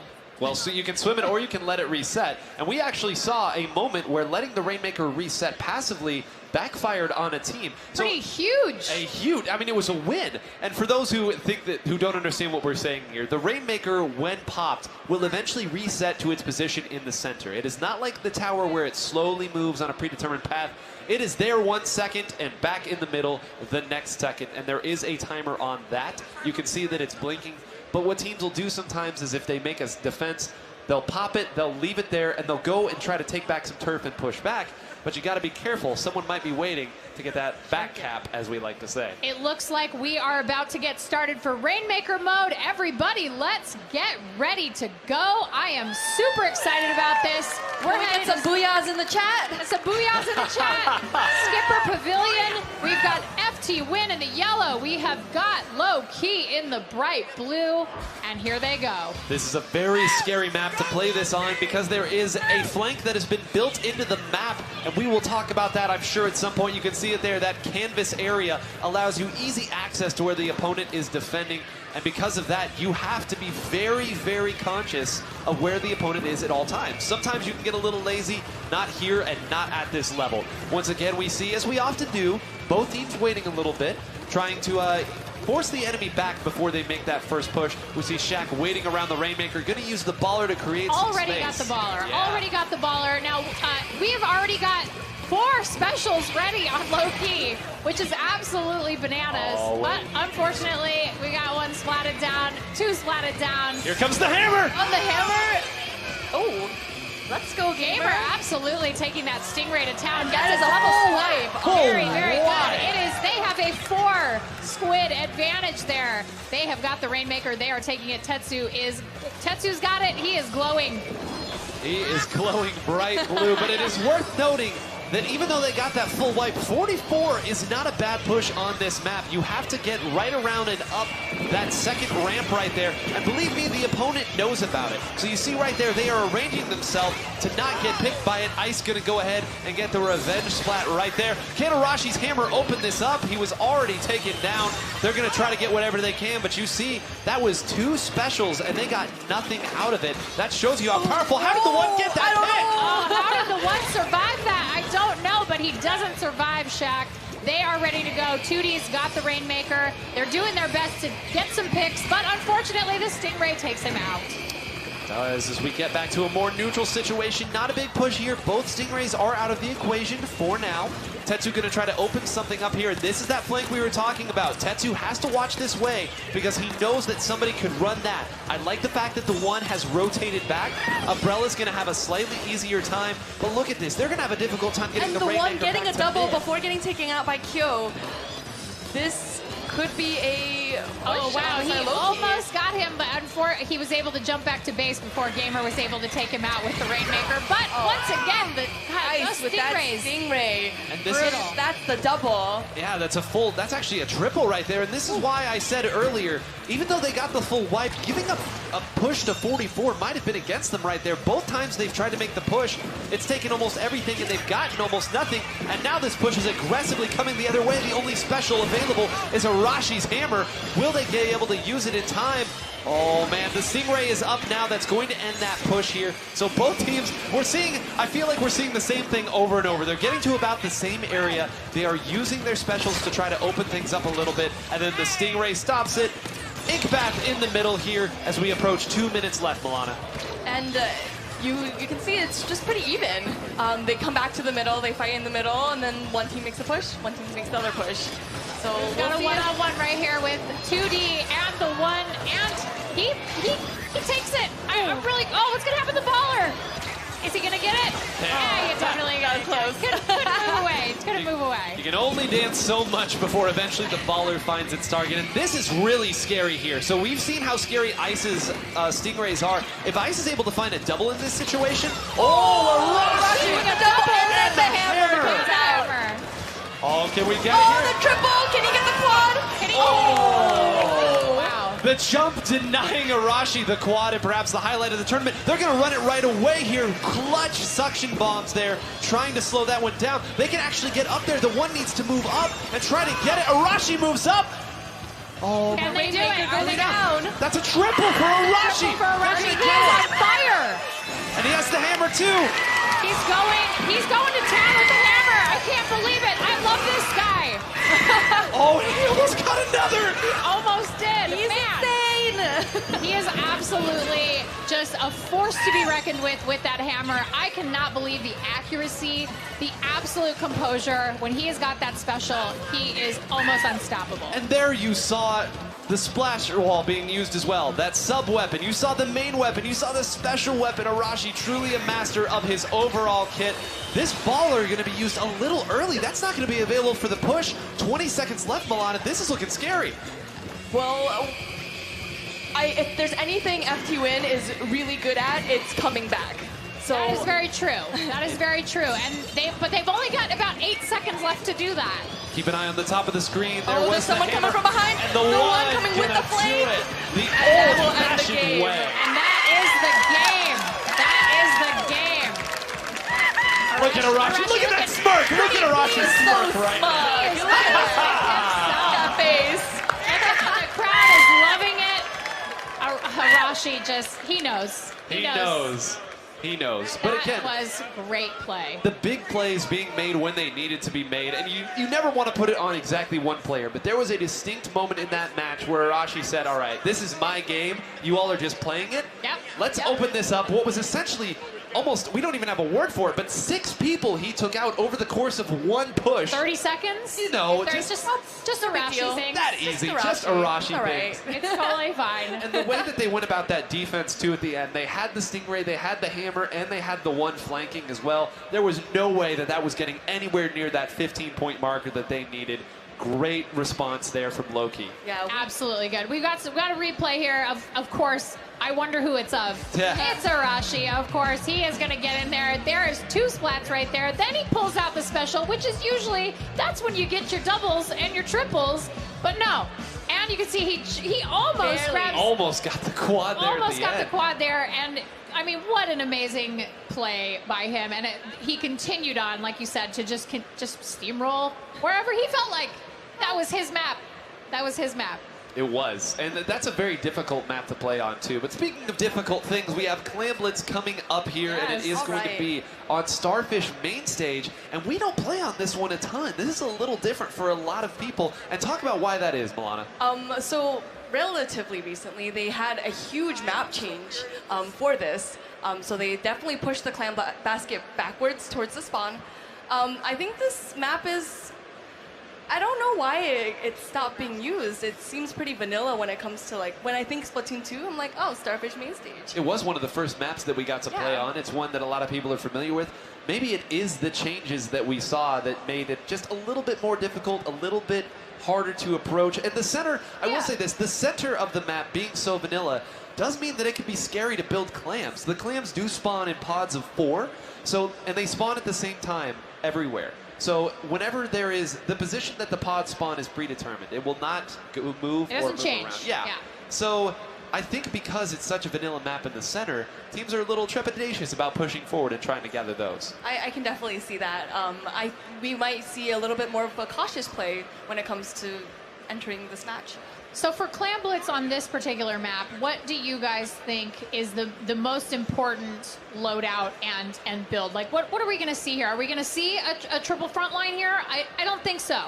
But What are we going to see from these two teams? There's a lot of ways that they can attack this map. There's some verticality to the map, a little bit. It's not Moray Towers, but it is nice to have some mid-liners, some mid-range shooters, or some mid-range blasters, as the case may be, that can go up and push that. But I think what I'm curious to see is how many ballers, because they did push that clan basket back, as you talked about. And when we see lots of ballers, is typically those maps where you do have to go further back. Right. So we might see Kyo's Ink Rush here. We might see Shaq. Well, we're definitely going to see Shaq sticking on the dualies. But I wonder, is Arashi going to switch back to the dualies after that kind of a game with his main weapon? I mean, if I'm Arashi, never change a winner, right? You want to keep going with what works. Don't fix it. Yeah, if it's not broke, don't fix it. And honestly, even if he feels like, well, maybe it's not my #1 strongest weapon on this map in Clan Blitz, I feel like maybe I'd still go with it because if you're on a roll, you're on a roll. Yeah. He's got the answers. We've got the questions. They will be answered shortly. I see the teams getting ready here in the lobby. As we said earlier in our last broadcast, Loki is the mad scientist team of the community. Always trying to find a new answer for the age-old question, what is the best? As we get started now, right here, Game 3 tied 1-1. This will not be a 4-game set. It will not be a sweep. Put away your brooms, everyone. Put away your brooms. It's time for Clan Blitz. Let's get going. FT win in the green. Low key in the purple. Time out. Let me count this up. Is that a triple baller composition coming out of FT Win? I asked how many we were going to get. And on the other side, Gamaru breaking out the Nautilus as well. I have personal experience against FT Win's triple baller comp. It is not fun to deal with. You always have to be aware of the threat that a baller could pose, but the fundamentals are still there. And the one went Barely doing his best to escape. We got one baller has already gone off. We've got a relatively even number of clams out on the field right now, with FT Win having a little bit of an advantage, but we're about to see probably FT Win's going to get a power clam here. And this is so quintessentially low-key. When the opposing team goes with, okay, let's use lots of ballers to push in here, low-key instead opts to go, which is what they like. They opt with their picks that they're so comfortable with. You have this L3, you have the Brella, you have the Nautilus, all of these things. But I think right now they're starting to feel why you would run a triple baller composition, as two just tore through them right there for a couple picks, Milana. And I believe that they're making a push. Let's see how many. They absolutely are. They are very close. We got the Booyah Bomb out. Everybody's super jumping. It is time. Ooh. But Ice gets iced immediately as he jumps in, and Shaq gets taken out. It looks like. And we see why the Ink Rush is so powerful. But they did break the barrier, and FT Win becomes the first team to score. They did, and that's a big score, too. We like to get past 60 points. That's where two power clams suddenly doesn't become as threatening. You can kind of rest back a little bit, use more defensive play style there, collect your clams, and play a little bit slower. We do see that the pity clam has already been picked up, so they're going to opt to try to make a score quickly. And Kyo coming in with another baller here. They do not have a power clam to follow this up. This is literally only to make a mess right now. Arashi caught in the middle of three people here and responding with a hammer of his own. This is absolute chaos, Ashley. Yeah, I absolutely love watching Kyo on this brush. He is so quick. He is so sneaky. Ice is out there doing the work with the bucket. I think that low-key is going to have to do a lot of work here to pick up some clams and score some points, because right now they are being shut out. They are. They have enough clams right now, and they get two down, so this might be the look that they're going for. But again, they only have one baller, so they're going to be a little bit more honest about this than FT Win has been. If Arashi finds another pick here on... Oh, there's the one baller they have. They can get a jump in here. They can get a jump. Calling it out. I don't think they had the jumps ready. They were being attacked. No, there was a moment. There was just a quick beat where it was just waiting. The ball, it was just waiting and waiting, and nobody came. I think it was Ice. Somebody was back here and getting picks and hitting the people. Remember, when you super jump, you are stuck in a prone state for just a little bit. And I think that they understood with the baller going in, they needed to move forward and attack that. And now Kyo going to come back the other way. They're going to try to get another jump as well. Ooh, and I think it's going to work. Look at him go. He's doing his Look best. at that maneuvering. Really great maneuvering. That was fantastic on his part. They're doing their best. Oh, no. He takes out the hammer. but they do push that score to 28, which is not. It's a pretty solid lead. It is. Count by 20s, everybody. It's going to take 3 power clams and some change to bring this one close. And you see right now, Loki has done a great job of collecting clams throughout this game. They've been over 20 for some time now. The issue is that they don't have an easy way to just force their way through. They're going to be relying on things like Arashi's hammer right now. Can he find a way to get a pick? If they go too many down, they're going to be in trouble. But 2 do go down. They might be able to get a push right here. The jump is going. The synchronized jump. They break the barrier. They break the barrier. They score some points. They're still a little bit behind, but they're all wiped. They're all wiped. They are all wiped. No more scores. No, I am okay with that now, though, because at least they got some points on the board. And sometimes you just have to edge your way closer to evening things up here.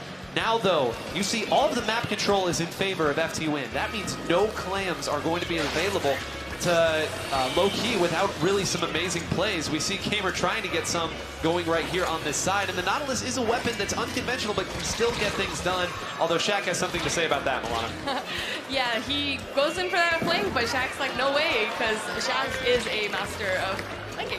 Also, Shaq is a really, really great suction bomb player. He always has great placement on suction bombs. You can see he took out, he very easily took out the one. He was like, no, no thank you. I'm just going to leave this behind me and you're going to deal with it. He just knows. He knows where they're going to be. They've done a great job here. Loki is actually sitting on 24 clams and some more available. They have the resources right now to get very, very close. We'll have to see how they opt to shuffle the clams around, but there are almost enough right now to get a win. They're going to have to do something because this game is in overtime. Oh, they're going to pop that baller, and they pop it. They are doing their best. Oh, no! We got double balled. They do. Double bollard. Arashi also went down with the hammer. They've got no way to push in. They've got nobody left up right now. A clean and strong victory. Shaq watching TV. When he's watching the television. He All is right. watching the television. All right, Shaq, I see that. You're on TV, but that's not enough. You got to watch TV, too. Art imitates life. Art imitating life. That's right. And at the end, you saw exactly what we were talking about the whole game. They had the power clams to move up, but all they had to force their way through was Gamer's baller. And you see he had 4 there, but at the end, as soon as he pushed the baller, everybody went on that exact location. Right They popped 2 of their ballers in order to stop it because they said, if we stop this, there's nothing. You have nothing. We are willing to spend everything to stop this. If you're willing to put everything on the line to keep that team from scoring points, I mean, that's the name of the game in Clam Blitz, and they did a very good job of deciding that was the choice to make in that moment. Definitely. So we have got So now we've got FT Win up 2-1. They're moving along. Things are happening. They are moving along and moving right along to Inkblot Art Academy's Splat Zones. That's where I went to college. Really? Yeah. I have a degree in art. Inkblot I test. think you can give me a recommendation there? Yeah, no problem. Okay, cool. I know a lot of the professors. I see. And one of the reasons why we love this map so much and why Ashley went to school there is because it is one of the most neutral and understood maps in the game. You have the plat area that you sit back on so your long-range weapons can go. You have that installation in the center that you can move up to and take. And this is a map where aggression really starts to show its teeth. It really does, and it feels like this is one of my favorite Splat Zone maps because it is all about the play. It's not about the map. Like you said, it's like this really great neutral map where everybody... It's depending on them. It depends on their play. It's not about terrain. It's not about, fans and changing elevation and keeping the high ground. It is really genuinely, this is like Splatoon at its absolute purest, and I love this map for that. I'm so excited to see these 2 teams face off in Splat Zones. There is one special that we have not talked about much today that I think is very strong on this map, and that's the Inkjet. Milana, talk about the rise and the fall, and the rise again of this weapon. Much like the weapon itself. It's definitely a skill-based weapon. You have to practice in order to get good. It takes a lot of prediction, so you want to be able to predict where the opponents will be in order to shoot your shot and get that direct. There's a lot of different maneuverability. Sure, yeah. It's like Star Fox 64 out there. Yeah. You get a little crazy with it. Yeah, Milana, definitely. a year ago, this was like the weapon, Yes. right? And now we don't see it as often in pro-level play. And I think obviously the Stingray is the big one that we see on the baller. But in the way of Inkjet for a map like Splat Zones, like how can that be a difference maker? Definitely, since the Inkjet rises above, you have that height advantage and you can actually see more of the map. So that's like another aspect that a lot of people don't really think about because they're too focused on getting one or two splats. But you can actually see maybe in the farther back, there's somebody there, or you can make those callouts to your team to kind of make it so that your team is aware of where the other team. Spatial awareness. Communication and spatial awareness is so key in this game. As we've mentioned over and over again, it really is all about teamwork. If you're not communicating to your team what you're seeing and what's going on in your area of the map, no one knows what's happening to you. And so I think that this is one of the things that both these teams do very, very well. I am very curious because of the sheer amount of ink that comes down with the baller. Will we see a triple baller again? We'll see exactly what these teams try to bring out as we get into a more neutral look than our last few maps. Splat Zones, Inkblot Art Academy. The community loves this. The players love it.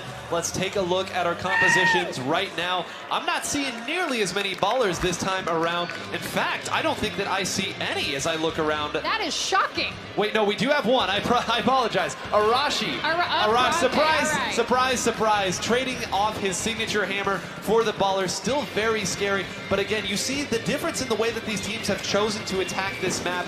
Even with that, they are still using a lot of that midline. And Milana, we see the range, the safety of the height of your plat. Talk about taking that and how strong it can be. Yeah, so when you're playing in this map, you really want to be aware that after the opponent takes the zone, they are probably going to push up into your plat. So you want to make sure that you keep that plat, you keep that... Whoa, what is happening? Everybody's dying. Some great plays by Arashi, of course, and Kyo doesn't quite get off that special. We've got the one there. They have taken the lead. Low Key is in control right now. Let's see if they can hold on to it. We've got the Stingray out. I do not agree with the fact that the one swam back towards the zone in that situation. That could have put a lot of very important paint on the zone instead. But they actually are able to get one person down even with that. And with Arashi's baller, they're going to get some good points off of this still. The Booyah Bomb coming in. Arashi in the middle of a lot of pain right now as we do see a very close. No, Tetsu gets the pick, but we do finally have the turn back. And Milana, again, talk about how important it is for you to get control, but also hold on to control and take that plat back.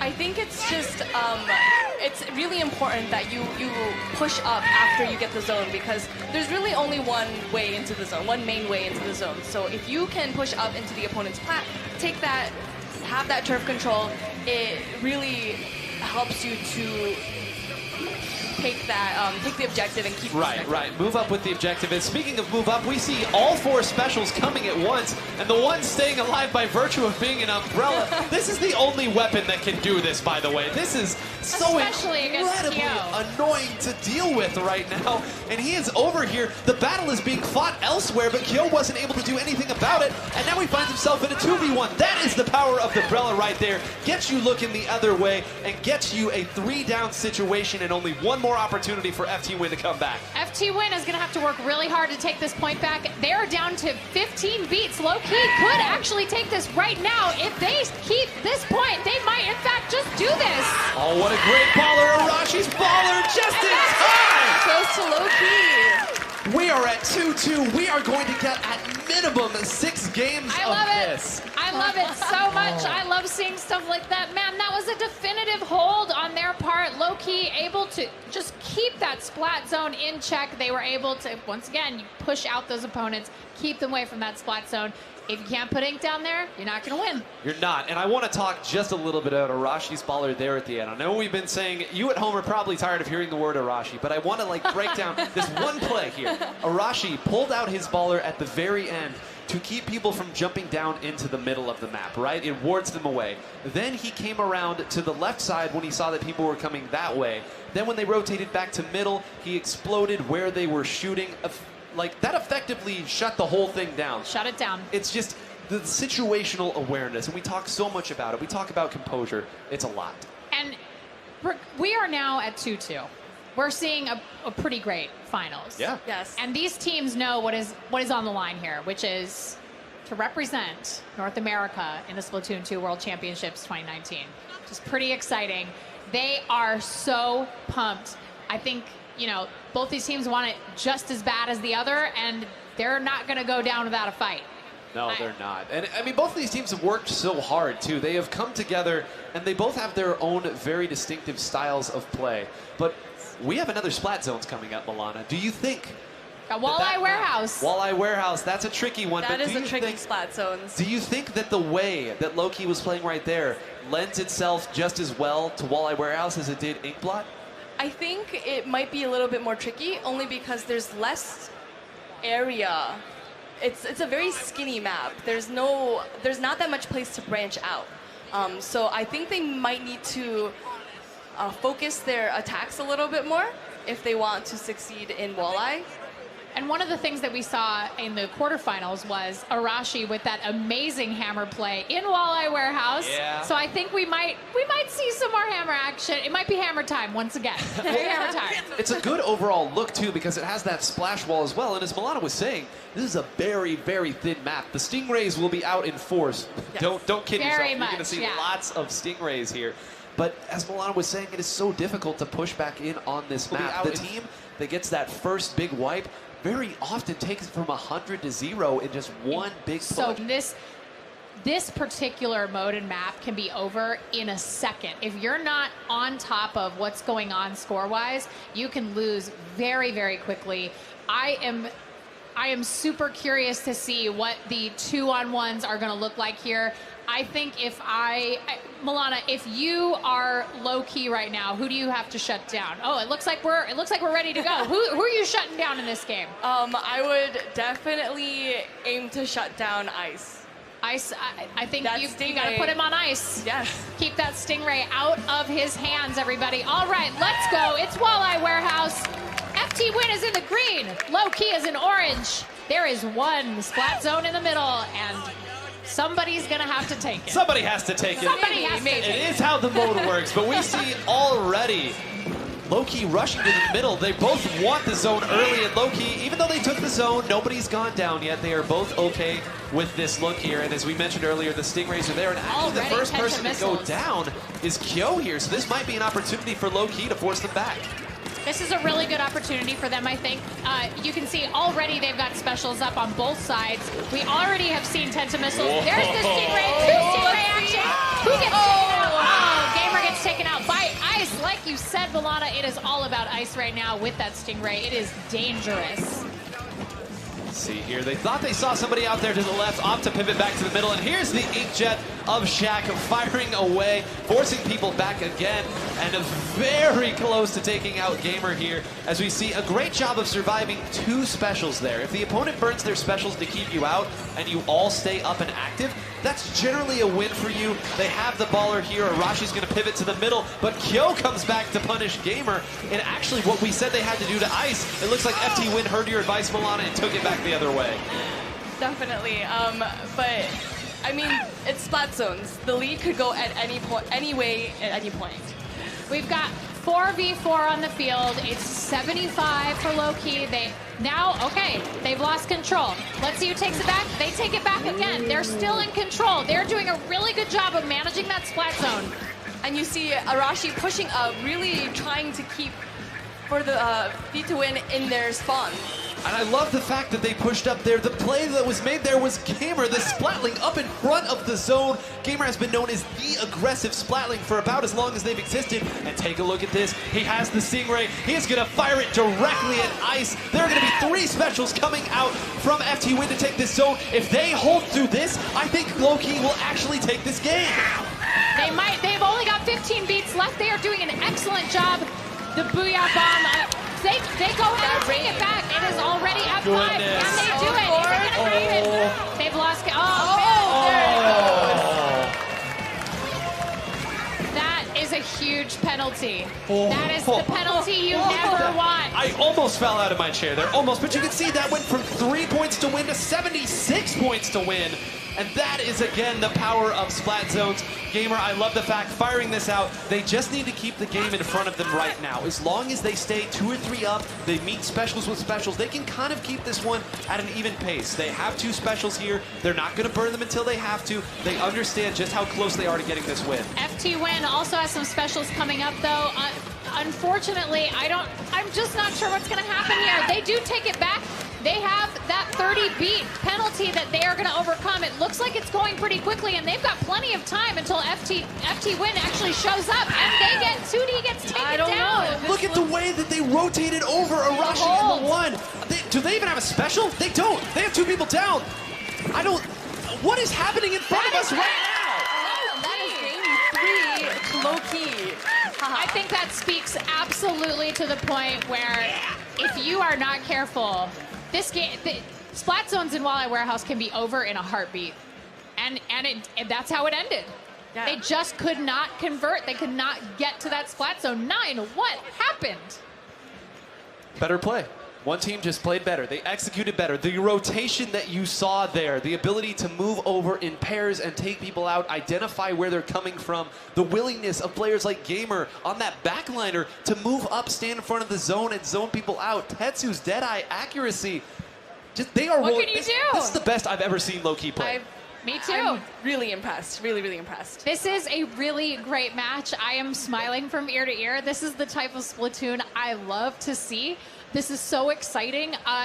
Okay, now you're down. You're FT Win. You're the favorite coming into this. You're down. Now we're going to Rainmaker. What's the strategy? Come out swinging. I think that if you continue to let the momentum that Loki has built go in their favor, they are going to take maybe one push and take it all the way. You need to get a quick pick. This is where Kyo needs to come up big. People talk about Kyo all the time. He is undoubtedly one of the finest players that this continent has to offer. He is a playmaker. He is. And there have not been the plays made in these last 2 games. We need a couple picks. We need an exceptional play from one person that they can use to snowball into a big win. Because even if they win this, they have to win another. They need to grab that momentum and take it back in their favor. I think they need to bring back that kind of synergy they had when they were facing off with Demise.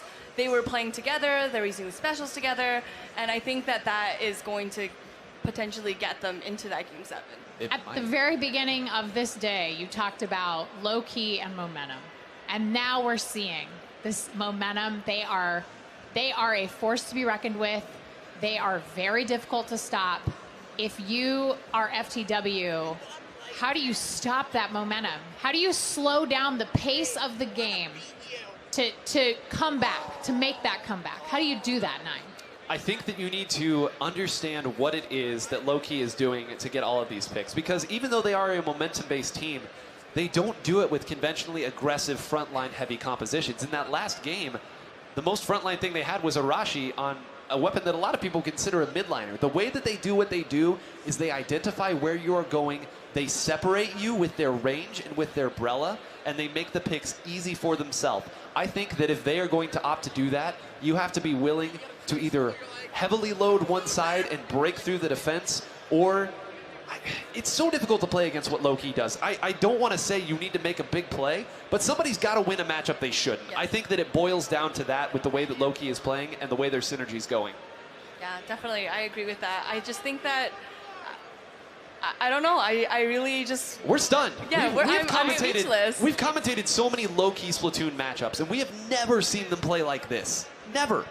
This is, but sometimes being in front of a crowd like this fires you up. It takes you to a level that you never thought was possible when you're playing because your adrenaline's pumping. You want to be able to represent NA in the World Championship. Let's go. We are ready to go to the Sturgeon Shipyard. It is time. We got Loki in the purple. We got FT Win in the orange. And it is time for some Rainmaker. And you will notice that 2D has switched back to the H3D. We talked about this earlier with Tic Tac. This is a comfort pick. This is saying, you know what, backs against the wall. Let's go back to what we know and do best. Toon was the inventor of this weapon. 2D, he was playing this even when it wasn't great. So you know that this is a comfort pick falling back on, but it also gives them a little bit more range to deal with it. So maybe they're trying to meet range with range, as we see once again an even start, Milana. Neither team wanting to go down too early. Yeah, So I think the strategy is you want to pop the Rainmaker, get that turf, build those specials, but not touch the Rainmaker until you get a pick or two.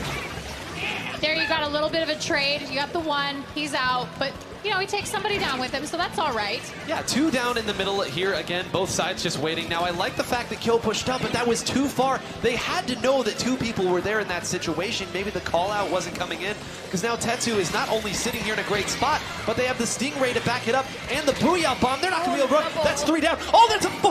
That's 3 down. That's 3 down. It's close to a wipe. This is not good for FTW. Low Key is going to go ahead and make a push here, and they have got a lot of time to do so. Oh, and Arashi falling down there is big. Oh, and the double. There's the Stingray. 3 down on Low Key, giving FTW a chance to push back. A full wipe, and Arashi falling down there is huge because the points go so quickly when you're at the bottom of the screen. They are at 65. That can go all the way to 38 if you push up to the edge of that. So, again... hanging on for dear life right now is FT Win, but they do have the Rainmaker. Oh. But Arashi wanted Kyo out of the air. Oh, he almost takes out Ice with the Rainmaker. He throws that hammer and almost takes out Ice. Ice does get taken out by Gamer with that Stingray. That was an amazing play. The coordination again to immediately clean up everybody. That's a delayed full wipe once again. The one with the Brella in front here, they're going to again move all the way up as far as they can on this left side. And you see Ice isn't really close to a Stingray here. They're going to have to do this the old-fashioned way, Ashley.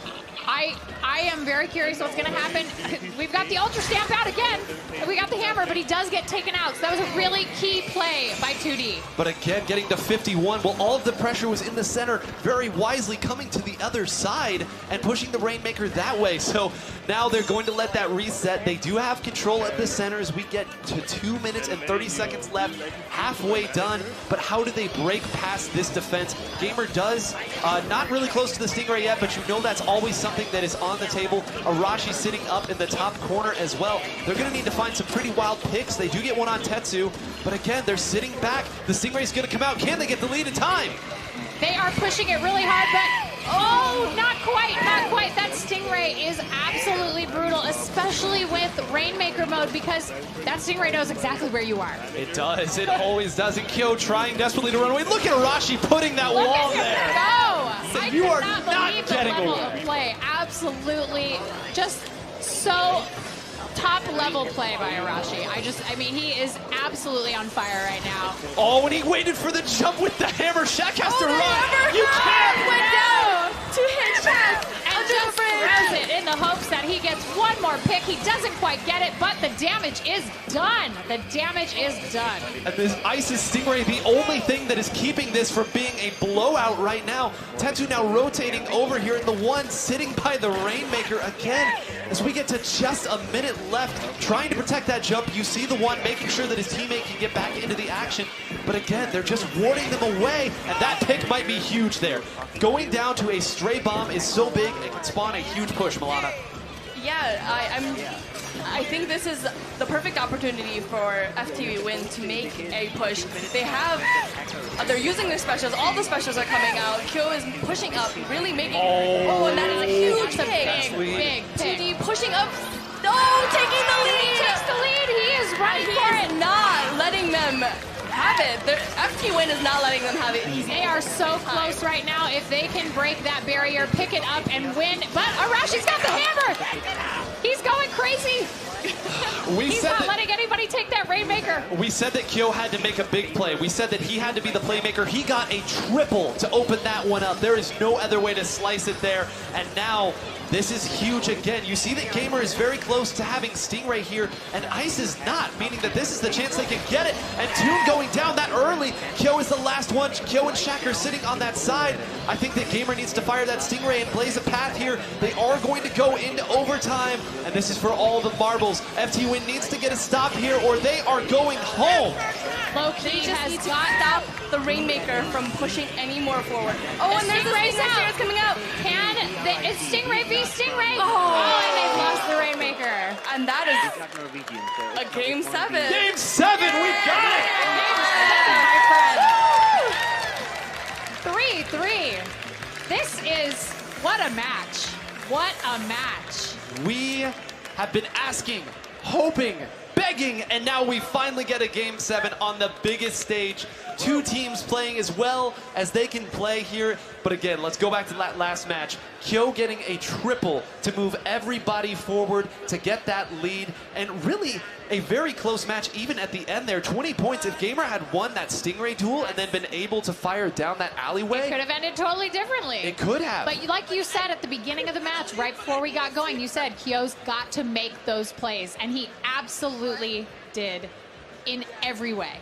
And he made it happen.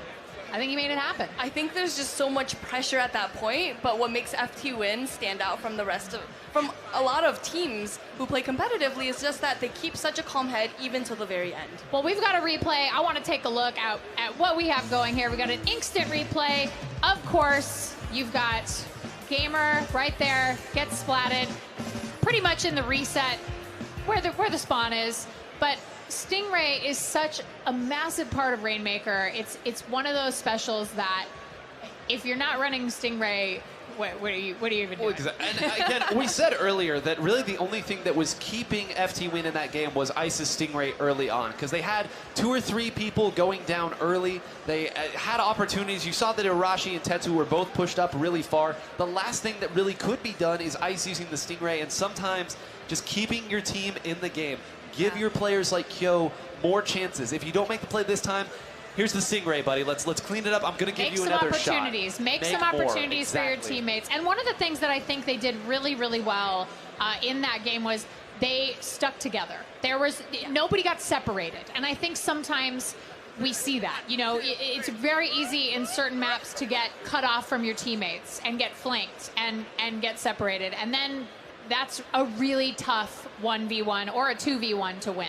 So to convert on those, I think was a real key to victory here. Yeah, definitely. I'm really looking forward to this Game 7, though. We have Tower Control and Mako. Mako, Mark. Or Mako or Mako? They're both right. All right. We'll accept both. We will accept both on the answer, but this map, we said earlier that Moray Towers moves quickly. This map is maybe the most neutral map in all of Splatoon in terms of the way it plays. There could be a lot of back and forth. That tower gets moving quickly. Oftentimes we see scores end in the 30s. Both teams in the 30s or somewhere Just in trade. It's devastating here, and now the momentum. We said they had to grab the momentum back in the way that they won that game, that FT Win won that game with the huge play, the crowd back on their side. Okay. Oh. This is it. This is for all the sea snails. Every single one. All of them. This is for all of them. This is Game 7. This is the finals. This is for the opportunity to represent North America in the Splatoon 2 World Championships in Los Angeles. I mean, the crowd is hyped. They are ready. Arashi is also ready. He is pumping up the crowd over there. See him back there. He is a crowd pleaser, but let's talk about these teams. I want to know who do you think is going to come in with the momentum here and take this Game 7? The crowd isn't going to like this, but I got FT Win. I got them going for this now. I think that they got the momentum back there at the end, and more importantly, Kyo got the confidence back that he needed to remember, oh, that's right, I can make these plays, I can do this. Milana, what do you got? Who do you got? I'm going to say I'm rooting for FT Win. You're rooting for FT Win, or you think they're going to win? I think they're going to win. Okay. I think they just don't let things like losses get to them, and I think that is just such a great skill to have. Ashley? It looks like we are ready to go. I am going to reserve my opinion. I refuse to choose between these two great teams. Let's go to Mako Mart and ride the tower. Every player dreams of this. Every player lives for this. This is why we play this game. Game 7. Let's go, everybody. And as we see right now, both teams very quickly locked in their compositions. We see Toon going right back to that Kensa undercover umbrella. You remember, Milana, last time they played this, it was FT Win that got that victory. Yeah, and we can see that Kyo went back to his tried and true blaster. So I'm really I hope that works out for him. This is a classic Kyo weapon. This is the weapon he loves the most. The one gets taken out. 2D got that Brella. He's going. Stingrays are already out. This, again, the building of the ults here is so crucial. I think Ice is going to be an absolutely critical player in this match. I agree too, and again, they got a 4-down situation, and they didn't even need that many specials to do it. The 1 goes down too, and this is starting to snowball quick. This first checkpoint going to fall without really any resistance, and they still have an ink armor here. Look at this. This is beautiful coordination of their specials, one after the other, and finding a pick. Great. Crucial pick there. They're already at the second checkpoint. They are riding toward. They're riding toward checkpoint 3 but right now. Stingray is not making it easy for them. No, but look, they're all staying right around there. They're going to be able to get back to the tower instantly there. Gamers stood there and continued to fire at the same area. They are already at checkpoint 3. This could end very, very quickly. They have got 15 beats. If they can do that, they may actually, in fact, take the entire thing. The last one is the 1. He has to win a 1v4 for him to do this. Shaq not going to let it happen. The last one around is Arashi. Can he get it all? They cannot! Game 7 goes to FT win! Yo! Jumps up and down. The hugs come out. That was with authority. With authority. Wow, they are celebrating, and rightfully so. They did a great job. Here comes, I love low-key, they're coming over, they're Look giving how hugs excited too. we are just to like talk about it and hug it out. I just love this. I love this sportsmanship. That was a series to remember. Even though that last game went quickly, it doesn't matter. This was high-level Splatoon 2 play. Like you said, it's what everybody wants. Everyone wants to see a Game 7. I cannot believe it. One team rose to the occasion there at the very end. We said earlier that map can move very, very quickly. Quickly. It is a neutral map, but to that end, that means that sometimes you just get outplayed. Kyo switching back over to the blaster, making the big plays early. The coordination of the specials, staggering them over and over. And what a fantastic, these players have certainly earned what they are about to receive, Ashley. It is time for the trophy presentation, and we are presenting these players with custom, look at this, beautiful controllers. Look at how gorgeous they are. And they have not seen them yet. So I'm very excited to see their reactions. Let's have them take a look. Oh man, open it up. That's what you've won, my friends. You've won beautiful championship controllers. They are custom, they are gorgeous. And not only have they won that and the title of Best Team in North America, they have now won a spot in the Splatoon 2 World Championships. Raise it above your head, Kyo. You have earned this. Kyo has absolutely earned it. That is a winning team if I have ever seen one. Like you said, those clutch plays, lift them up high, be proud. You deserve it. You earned it.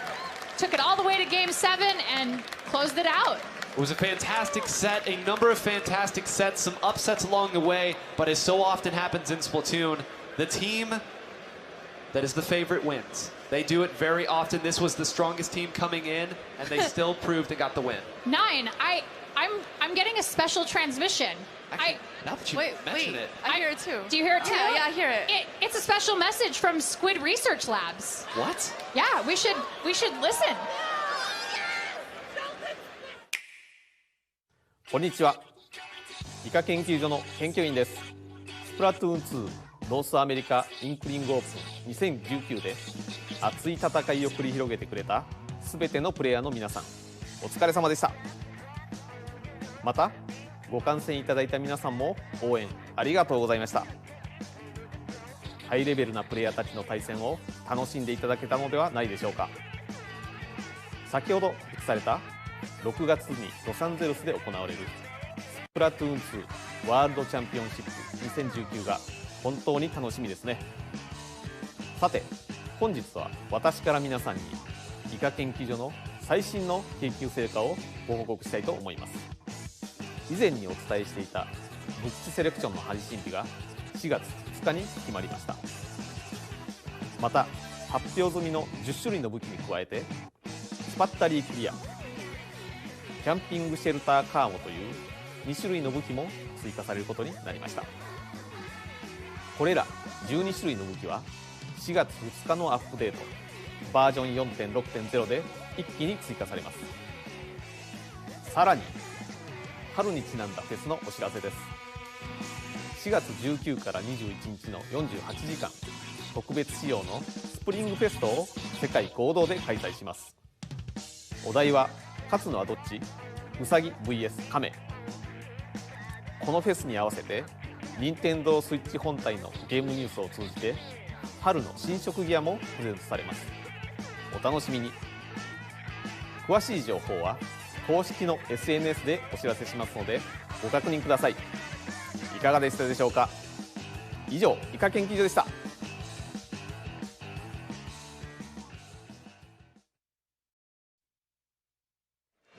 I love hearing from Mr. Nogami. I love hearing from the Squid Research Labs. They are on top of all the best new Squid technology. 12 new weapons! 12 new weapons. I'm Mr. Nogami.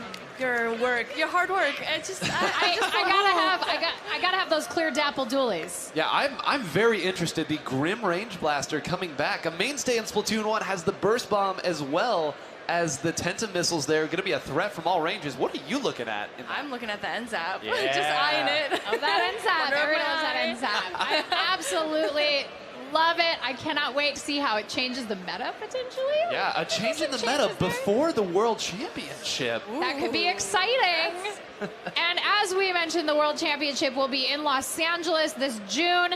Up next, we've got some very exciting programming for you, my friends. If you're into a little game that you may have heard of called Super Smash Bros. Ultimate, we've got the Super Smash Bros. Ultimate North America Open 2019 finals coming up. We cannot wait for you to see what we have in store for you. On behalf of everyone here at the table, thank you, my friends, for coming here and having a great time.